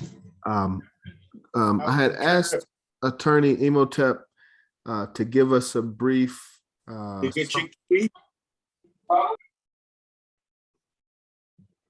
your lines, please. I had asked Attorney Imhotep to give us a brief summary of some of the legal updates that have been happened throughout the nation.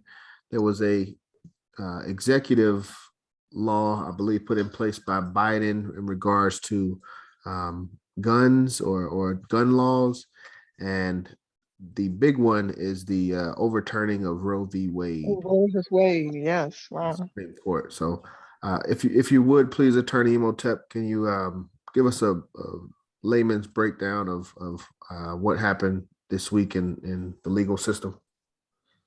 Okay, the abortion decision was Dobbs versus Jackson's Women Health Organization out of Jackson, Mississippi. The Supreme Court in a 6-3 decision, these 6 justices were all appointed by Republicans. The 3 dissenting justices were all appointed by Democrats. The law is not a science like math, architecture. This was some say the court is political. The law can and is political. This decision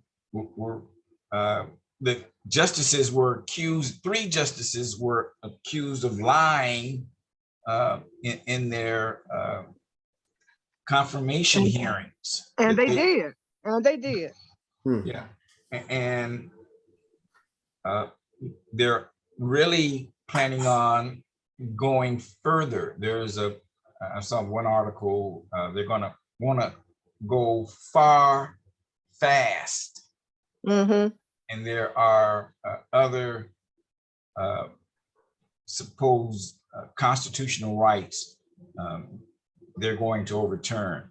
Alito, the judge who wrote the decision, it leaked a couple of months ago, and it showed where his thinking was from the 1700s and 1800s. He was quoting case philosophy from that long ago.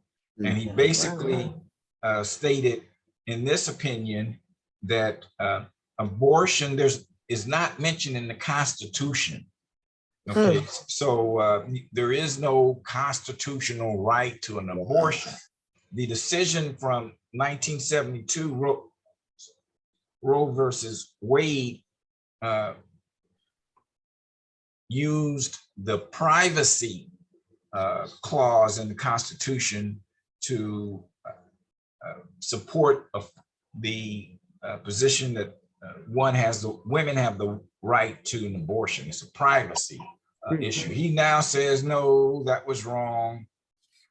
Even though it was a precedent, considered a constitutional right for 50 years that their women no longer have. And they've talked about other constitutional decisions, Supreme Court decisions that have been overturned. They mentioned Plessy versus Ferguson, 1896, I believe. The separate but equal decision was overturned in 1954. The Brown versus Board of Education. So overturning Supreme Court precedent is not unusual or uncommon. It's just when these 3 recent justices were appointed, 2 senators have said they were misled in private meetings. Their statements that on the record at the confirmation hearings led many to believe no, it wouldn't be, overturned. It's precedented. That's given quite a stare decisis affirmance that generally it wouldn't be overturned, and that's the first chance they get. That's exactly what they do. And this conservative Supreme Court made another decision here about the New York gun laws and that the Second Amendment question. And we must remember the Second Amendment reads, a well-regulated militia being necessary to the security of a free state, the right of the people to keep and bear arms shall not be infringed. Yeah. Okay, the militia they were speaking of, this was the Second Amendment passed 1791 during our, quote, enslavement as prisoners of war, and they needed to keep the Africans in check. So that's why they had a militia.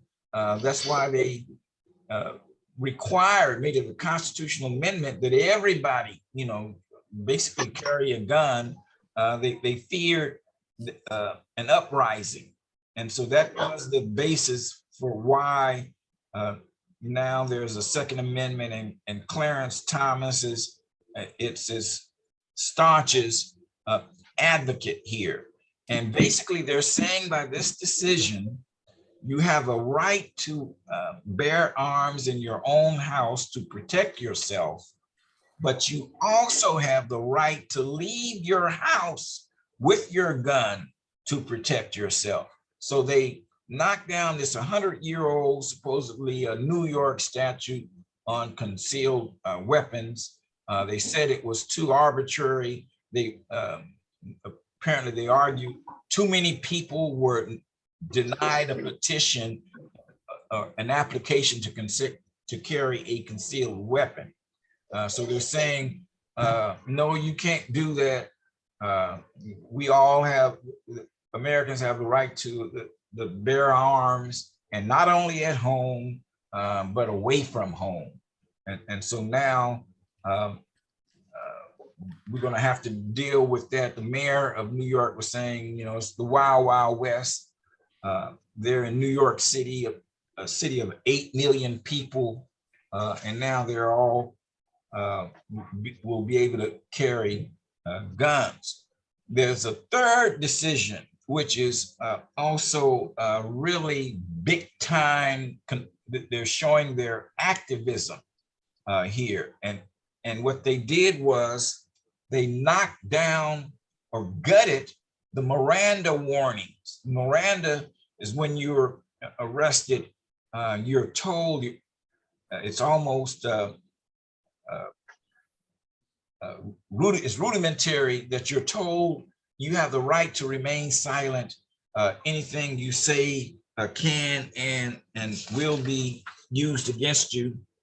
And if you have a right to be appointed a lawyer. If you can't afford a lawyer, one will be appointed for you.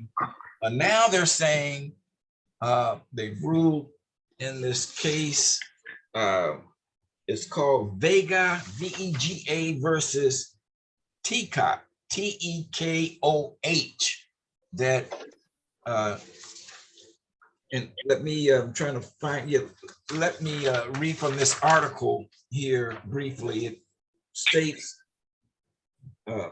but as of today, you have the right to remain silent and the right to an attorney, but the police have no obligation to respect those rights, and you have no avenue to enforce them. And if someone thinks the police won't reorient interrogation tactics to account for this, it's actually an insult to law enforcement. What they're saying is the police now, and this was a case where the sheriff, they said, beat a confession out of this one person who had been arrested and wouldn't allow him to speak to his lawyer. They beat a confession out of it. The court is saying that's okay as long as they don't use that confession against him in court. There is no Fifth Amendment right violation, and that right is to, you have the right not to self-incriminate yourself. So they're saying that's fine. We're going to uphold. Well, actually, this particular case, he beat it. The guy beat it. I can't recall exactly why he beat it, but he beat the case, found not guilty. So generally, his confession was not introduced against him. So they can deny you a lawyer, they can beat you up, harass you, intimidate you, and get you to confess to committing the crime. And they said that they can use that then to in a plea to get you to plead, guilty to the case, as long as they don't use it against you at your trial. There is no Fifth Amendment self-incrimination constitutional violation. Also, when they do not give you your Miranda warnings, you cannot sue. That's section 1983, often used to sue the police for excessive force, but you can also sue because they didn't give you your constitutional right to remain silent, your Miranda warnings. They're saying, no, from now on, you cannot sue because they didn't give you those rights. And this conservative court, and they're going far and fast. So that's what we have to look forward to here. Thank you, Attorney Imhotep. Was there any questions for Attorney Imhotep in regards to these legal cases throughout the nation? Peace to the family. Peace, Brother Omar.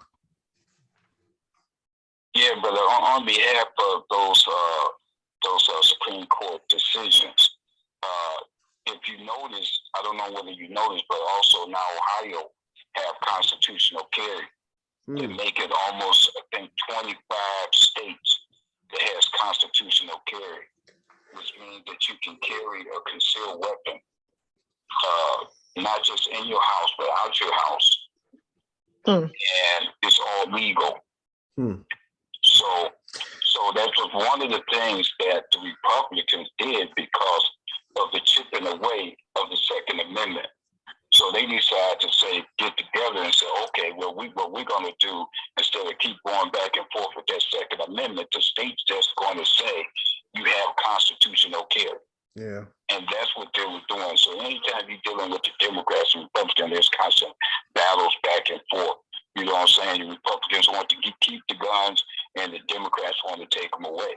So that's where that goes as far as those types of things when it says that you can't do that. And we also have a brother right now that we're dealing with his case up here in Ohio because he was actively exercising his constitutional right, and they arrested him.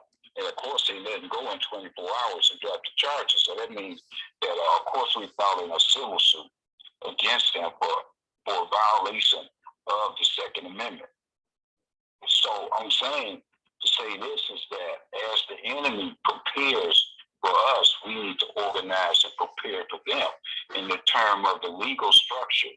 So what we have done now is you have to set up your own legal counsel, your national legal defense bonds to organize to defend yourself against them using the law as a weapon to continue the persecution and criminalization of the Black nation.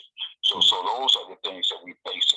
But all in all, they're so upset because now all these Black men or people, like you see them at rallies, and they're like 10,000 deep, and all 10,000 can be carrying legal. Yeah. And that's what the police is fearing right now. They're fearing now that it's going to be a mass explosion. And right now, there's some of the people that's not even aware that they even passed the law because we don't, some of us don't catch up, and they thought it was going to be blood in the street the next day. But some people find out until next year. because we're not abreast of these types of things that goes on. Nobody reads Supreme Court rulings unless we're involved in things like that. But the average person is not. But they can tell you about the basketball game. Yes, sir. So we have to understand that organizations is going to have to start structuring a defense, a legal defense to protect when they start to infringe our right or to impose. Peace and family. Yes, sir. Yes, sir. Thank you, Brother Omar. Any other questions, comments on legal update?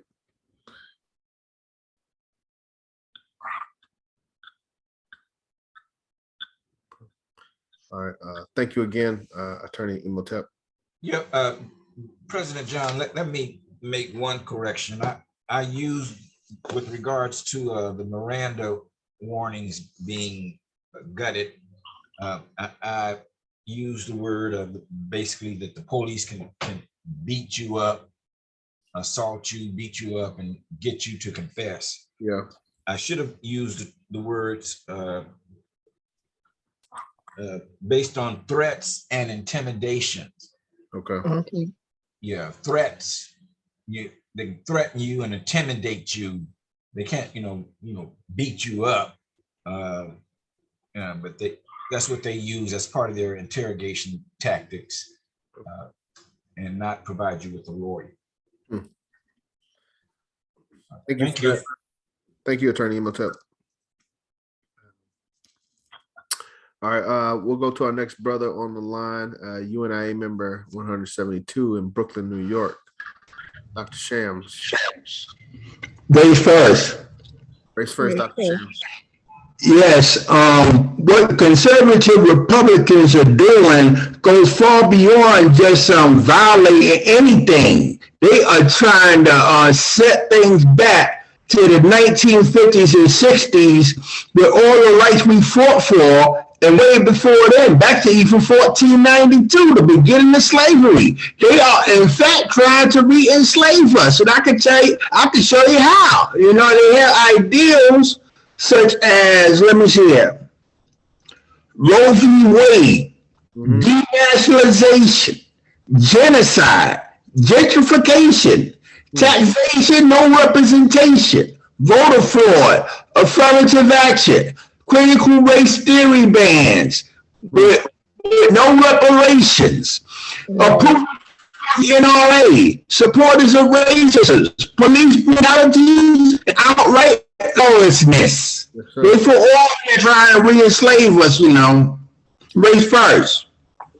Yes, sir, Dr. Shams. We're starting to add it all up. We're paying attention. We're seeing, as Malcolm said, history subject best qualified, most attractive to reward all research. So, yeah, we're seeing it all add up, and we can got a good idea of where they're trying to go with it. So, thank you, Dr. Shams, for those comments. But yes, we have to organize, and we have to protect ourselves, defend ourselves. Next, brother, I want to bring in UNIA member 149 here in Atlanta, Baba James. Greetings, Baba James.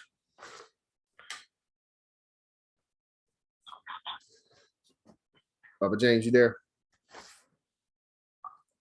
Baba James? Okay. All right, we'll come back to Baba James. We'll jump over to... I apologize. Race first. Race first, Baba James. You doing all right?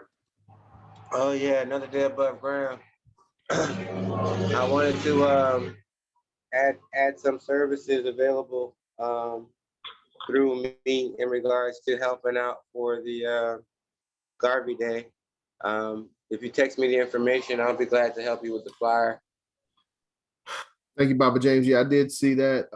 And yes, you've always, our primary flyer maker for Garvey Day several years. So I'll definitely get you that information. In addition to that, Garveyites Worldwide has a calendar feature. If we have a division member who's willing to manage that, I would take the time to show them how to add calendars to the website.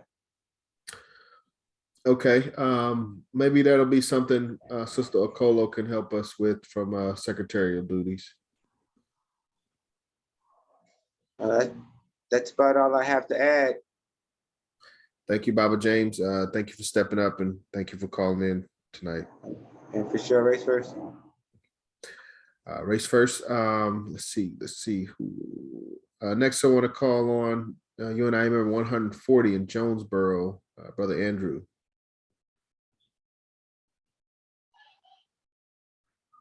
Brother Andrew, you there? Assistant Treasurer. Brother Andrew, okay. We'll keep it moving. Jump over to UNI member 278 in Riverdale, Georgia, Brother Ormond. Greetings, Brother Ormond. Oh, greetings, sisters. I have really nothing more to add with the abundance of information that was given today. And I thank everyone for their information presented. Race first. Race first. Thank you, Brother Ormond. You weren't in town for Juneteenth, Brother Ormond? I was in and out. Okay. I was in Belize for a period of time. Okay, I understand. I usually see you in the city when we got events like that. That's why I was asking. Yeah, I was here I passed through one day, but someone had dropped me off and it was so hot out there and I'm not feeling that well these days. So I just passed through and kept on rolling. Understand. Thank you, as always, Brother Ormond, longtime supporter. All right, Sister Ifaniyi. Sister Ifaniyi, did you come back?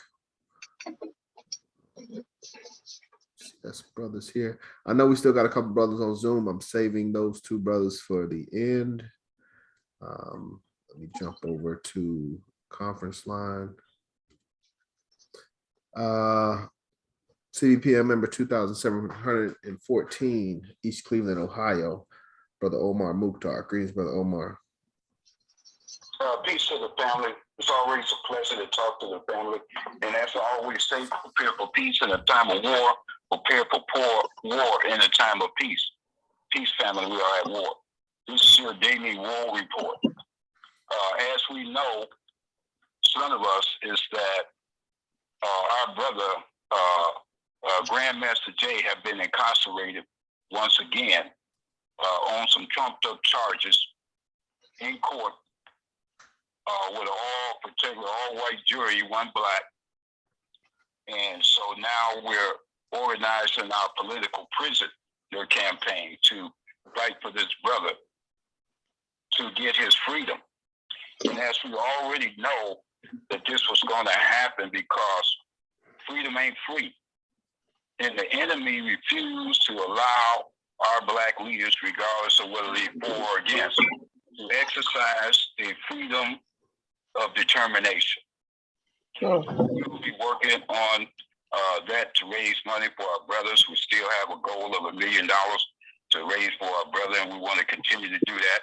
And that should remind us, where's the Black Nation's Legal Defense Fund? Yes, sir. Not for this group, for that group, any group. Yes, sir. We have to understand that the CIA, the FBI, COINTELPRO, DEA, DHS, all these NSA, all these organizations that are working for the government is using all their financial resources to once again neutralize the rise of the black man. And if we continue to let them neuter us like this before we take a stand, so we have to start considering organizing ourselves and preparing ourselves to continue to combat this situation. Regardless of that, our brothers is in good spirit. He have access to computer, cell phone, internet access. So we have to make sure we take care of our political. Because as you know, when they killed Malcolm, we said nothing. When they killed Martin, we said nothing. When they killed Fred Hampton, we said nothing. Well, why do you say nothing? Because there's no organization grew out of those brothers being political prisoners and set up for political assassination. And we never organized an illegal defense fund like the Jewish Defense Fund to defend our leaders and our people. And we are still continuing to push on. Yes, sir. So also, we have to consider our brother Ozone, Otho Wallace, the brother they said killed the police officer in Florida, which now he'll move from facing attack or a threat on a police officer, which the police officer now is deceased. So his case will move up to death of a police officer with no evidence. Let me say that again, with no evidence worthy to stand up in a court. No smoking gun, no nothing. But that's not new for us as Black people. How many else have been railroaded? Railroad is natural when you do oppress. So now our brother is facing the death penalty. We raising money for our brother, and we asking all our people who can do so, give so, to his legal defense fund, as well as our brother Grandmaster Jay.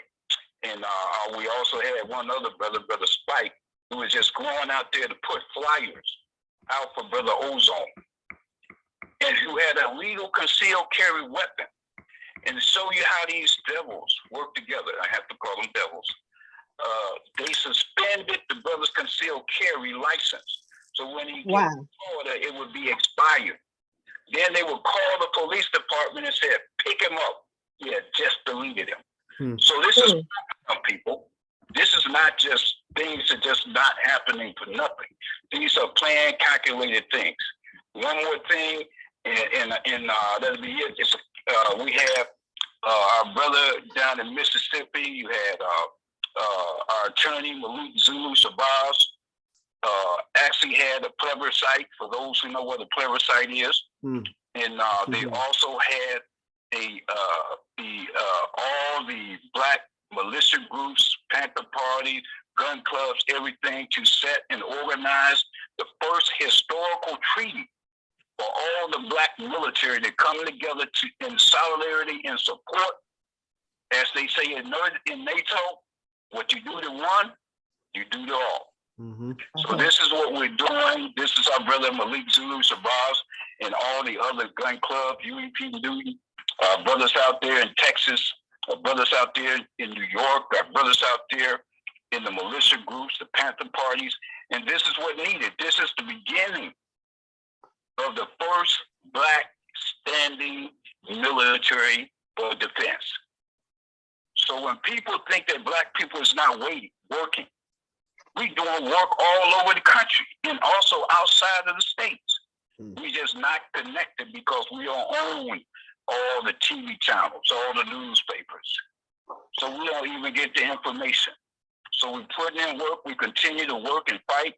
And the last thing is that also we have set up, and you can go to the website, the Community Private Police. We have set up the first police department, all Black police department, of course with me as the commander. So you can go to communityprivatepolice.com, or you can go to Community Private Police on YouTube and see we have security. We also will be training 19-year-olds, 21 years old, and also with that training come junior police academies, also come private security arm, and also private police officers, all trained under the Black Police Department Institute to train the police, Black police, at an all-Black academy. So this is what we're doing. This is what we continue to do, and we will continue to push on. So when you see me putting on one hat and taking off another, when you see me, I'm not clicking in or I hadn't made a call, we're putting in work. And this would allow us, if people understand how it works, this would allow us and myself to train private police all over the state of Ohio, Toledo, Cincinnati, Columbus, Youngstown, Akron. This is what the work needs to be. And this is what we're doing. And it's a lot of work, it's a lot of time. That's why I missed a couple of the calls. because we was out there putting in work. It requires a certain amount of education and training, and also a whole bunch of bobbing and weaving, because as you know, it's a good old boys network, and they was waiting for me when I got there. So you always have to go over these challenges when you want to exercise the same determination as the other group.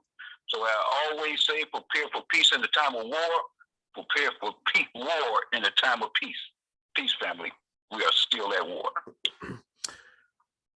Thank you, Brother Omar, East Cleveland, Ohio. And yes, we have to continue support our political prisoners. It's interesting. We were talking about having a representation, and I don't think anybody can argue, that what Grandmaster Jay and NFAC did throughout 2020, 2021, being on the front lines, different areas, even here in Atlanta, Stone Mountain, Louisville, Kentucky, All Eyes on Bree.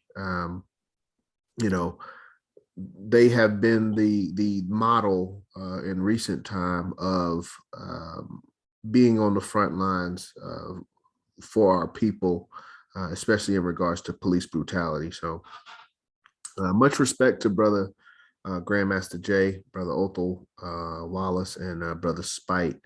And yes, recurring theme about the legal organization. So Attorney Imhotep, I'm gonna try to get with Attorney Mawuli. I don't really know much about this legal stuff, but only thing I do know is we only got a few qualified, capable individuals. So we just got to bring it together and see, what we can do. Thank you, Brother Omar. Next, brother, I want to go to First Vice President, Brother Omasius. Greetings, Brother Omasius. You got anything you wanted to share with the family? Yeah. Greetings, family. Just want to first thank Brother Omar Mukhtar for always, giving us the war report, and most importantly, reminding us that the work is being done.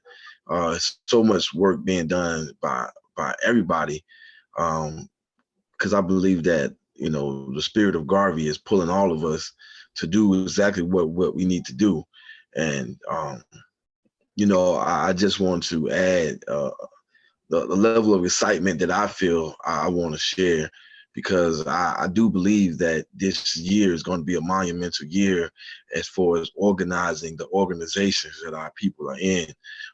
We are already in so many different organizations, and I believe that call for organizing the organizations is getting stronger and being felt by all of them that are out there. And I know that President John, and who I'm so happy to serve under, has the same sentiment that has to be our focus of us organizing organizations, starting right here in Atlanta. So it's coming. We know what needs to be done, and I'm excited for this fresh opportunity to work with the individuals that are coming on and committing themselves to work with us this year. And I know with the new energy that we have, and that we're going to do great works, and this is the time right here, right now. So just if I can say anything, it would say go in confidence from this meeting today. Come to the executive meeting with your fresh ideas, and let's organize the organizers. And if we have that goal in front of us, all the other tasks will fall into place, because our people are already doing so many great things. It's just for us to figure out what they're doing, figure out how to market it and package it, to let those who don't know how to come on, what to do when they do come on board, and of course knowing what their energy added will do to produce and get us one step closer to that overall goal of self-reliance, self-determination, and doing for ourselves. So race first to the family, on one God, one aim, one destiny. And this our year. Let's continue to work. Race first. thank you, First Vice President. I agree with you 200%.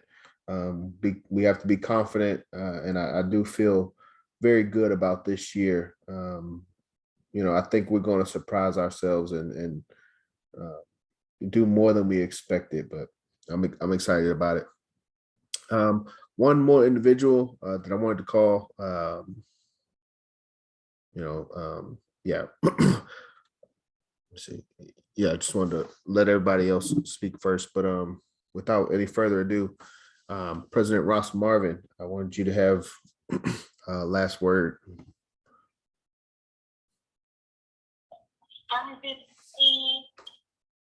President Ross Marvin, you there? Yes, President John. Boy, it's been a very impactful meeting with a lot of information. I just love how you're running our division, President John. Well prepared. The slides are very informative. And I have to big up Brother Macis. He's stepping up there too. And thanks to everyone who participated tonight. Attorney Imhotep and the whole crew, and we still got a good amount of people on the line. So that means you're doing something right, President John. So keep it going, keep on keeping on. I love to see old Baba James stepping up too. So I ain't really got much. I've just been listening and thing, and you're doing real good, my brother. And our division is doing good. And I like how you have a plan for us.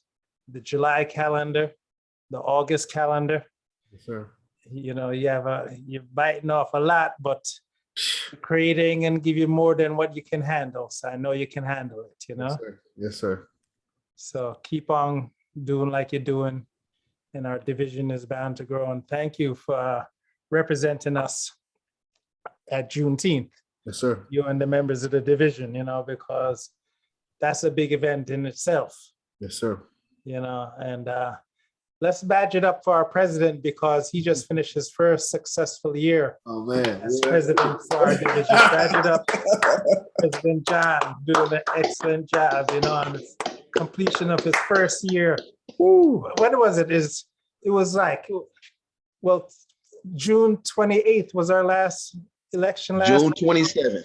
I think 27th, yeah, tomorrow. Well, tomorrow is going to be your 1-year anniversary of being the president for the division, and you did a great job for the first year, and I know the second year is going to even be bigger and better, looking at the schedule that you have lined up for us, Yes, sir. And keep it going, my brother, President John. Thank you. Race first. Thank you, President Ross Marvin. I've got to, I couldn't ask for a better teacher. So I think we're in good hands. We're in a good position. And to the executive officers, July 2nd is when our administration starts. So to the other officers, other than myself, Brother Macias, congratulations on first year. Mama Amina, congratulations on our first year. We're bringing this year to a close, and July 2nd will be the first day of our new administration. So as Brother Macias said, come with our ideas, come with energy, come ready to volunteer and ready to sacrifice. But we will only be as good as the amount of effort and energy that we put in. So, I feel good. I feel confident. We know it. We know each other. We know what we're capable of.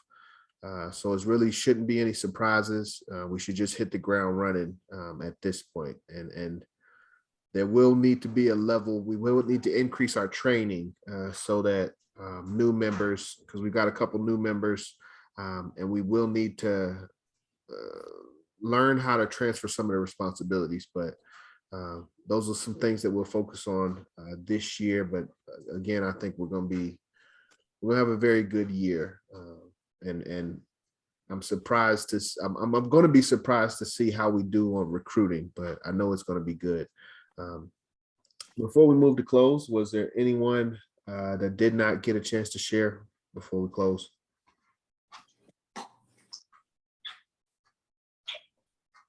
Hello, greetings. Greetings. It's Sister Mary. Yes.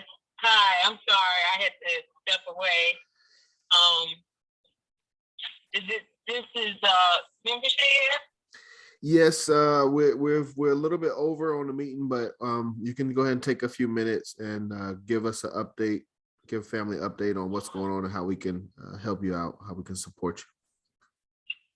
Oh, thank you. Greetings, everyone. I pray all is well. My mother and I went to court on this week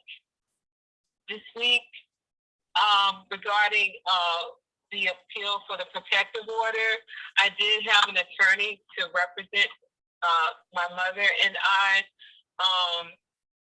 and it did not turn out in our favor, even though it was, in the state of Virginia, you do not have to prove beyond a preponderance of that, it showed evidence that I was in fear of my life, and the private security services was there and testified. And the opposing attorney still wanted to, litigate the real estate to make it look like I had animosity towards this guy for living on our land that took on interest from another family member by way of a fraudulent deed. But anyway, we were there for the protective order, not the litigation of the property. So to kind of fast forward, the Suffolk police officer that testified was not the one that was subpoenaed. That officer did not show up, but even though both of them were there when they were dispatched when I called 911. But the Suffolk Police Department lied on the stand and really perjurized itself and said that I never gave him the impression or said anything to him that I was in fear of my life or that I even felt threatened. He indicated that he didn't really understood why he was there or was called out, other than that there was a dispute over who was to cut the grass. And that I asked him about filing a protective order, which was all a lie. And the attorney that was representing me from Northern Virginia is fairly new, but I figured for the most part she still had fire in her belly and had not been famous, if you will. But the judge, and she, her name is Ashura Muhammad, out of Manassas, Virginia, who I was referred to by the Virginia State Bar lawyer referral. When I told them about this area and what my mother and I have been going through, they gave me an attorney outside the area. But the judge did not respect her at all. Made fun of her and certain things that she had said. And dismissed, basically the crux of my her cross-examining the private security purposes. But when the police officer lied on the stand, I appealed to my attorney to submit the police report that showed the call and the 911 call, as well as the body cam of the police officer, which was requested under the Freedom of Information Act to show that he was perjurizing himself. But she didn't submit it. And so the judge decision was based on that I was not credible, and the reason why he did not believe or felt that I was credible is based on the Suffolk police officer's testimony that I did not inform him that I felt fear or threatened, and therefore he was not granted a protective order. So, and of course, this did not stop this guy from threatening me and my mom, because he showed up a day later at night knocking on our kitchen window. I called the police. They came out. They looked around and didn't find anything, and wanted to say, well, maybe there was someone drunk that wandered off. Which we don't have that in our village, or that there was someone playing a prank. So anyway, that is that. But I did let my attorney know that I wanted to file an appeal with the higher court.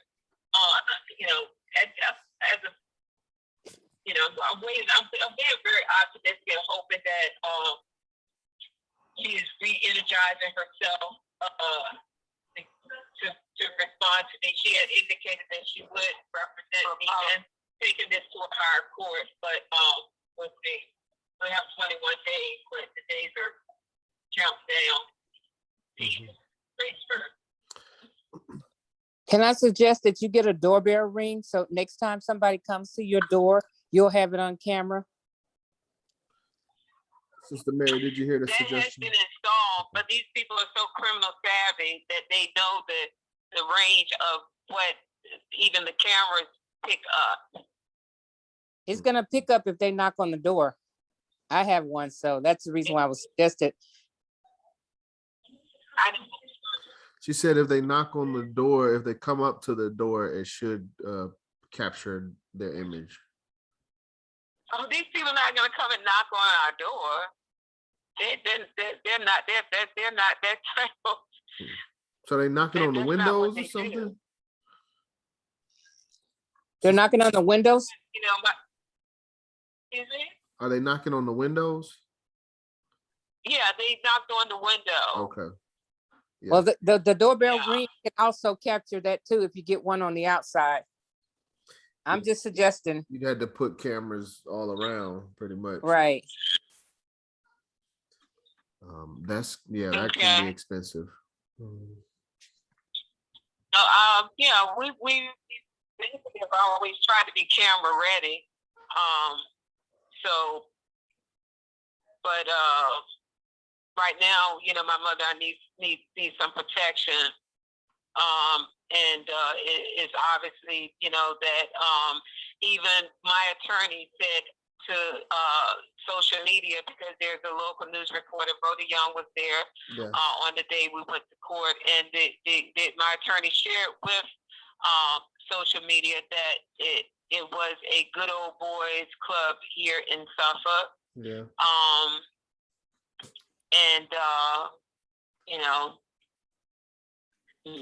Which is true. So, but are we gonna, give up or keep fighting? I mean, and I don't plan on giving up. TV?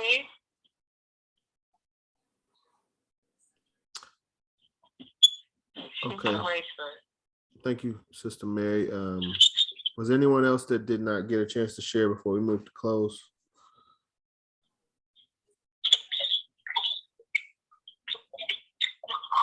Okay. One thing really quick before we move to close, I wanted to check with the officers on this. We're supposed to have study group this coming Tuesday. We haven't really had a lot of participation in the study groups. So asking, is anyone passionate about having study group this coming Tuesday?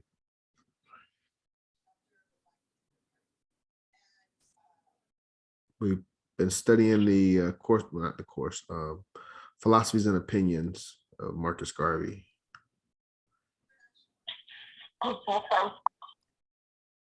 Sister Ifaniye.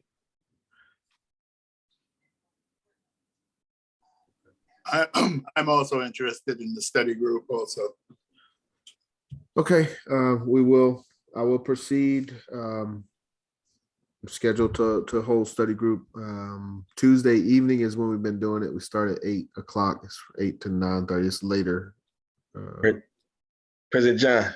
Yes. Is Tuesday the best day for everybody? I know it's a terrible day for me, but I don't want to be centered around me, but I'm just, I mean, I don't know. I just know Tuesday has been the day for 4 years at least. That's when we've held study group. That's, you know, that's been the day to do that.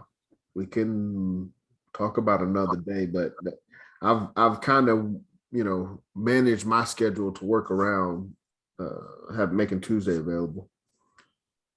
Do you usually send out a text for that day? Yes, I do. Yeah, I do. You should get it if you got this one. Check.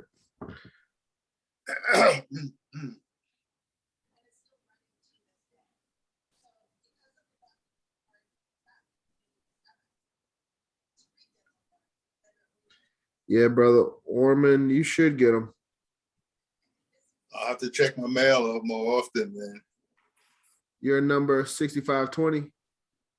Yes. Yeah, you should have them in your Okay, I'll check my mail more often. Yeah. It's text message. Yeah. Oh, okay. I'll check my text more often. Okay. But we got to get better with email. So, Lady President, I'll need your help with that. But again, in summary for everybody, this administration will start in July, and this will be this is the last meeting for the current administration, and next meeting will be under our new administration. So, hope everybody's excited and looking forward to the progress of the division and seeing the progress of the division. So I don't have anything else. Again, I'll open it up for any final comments. Last call.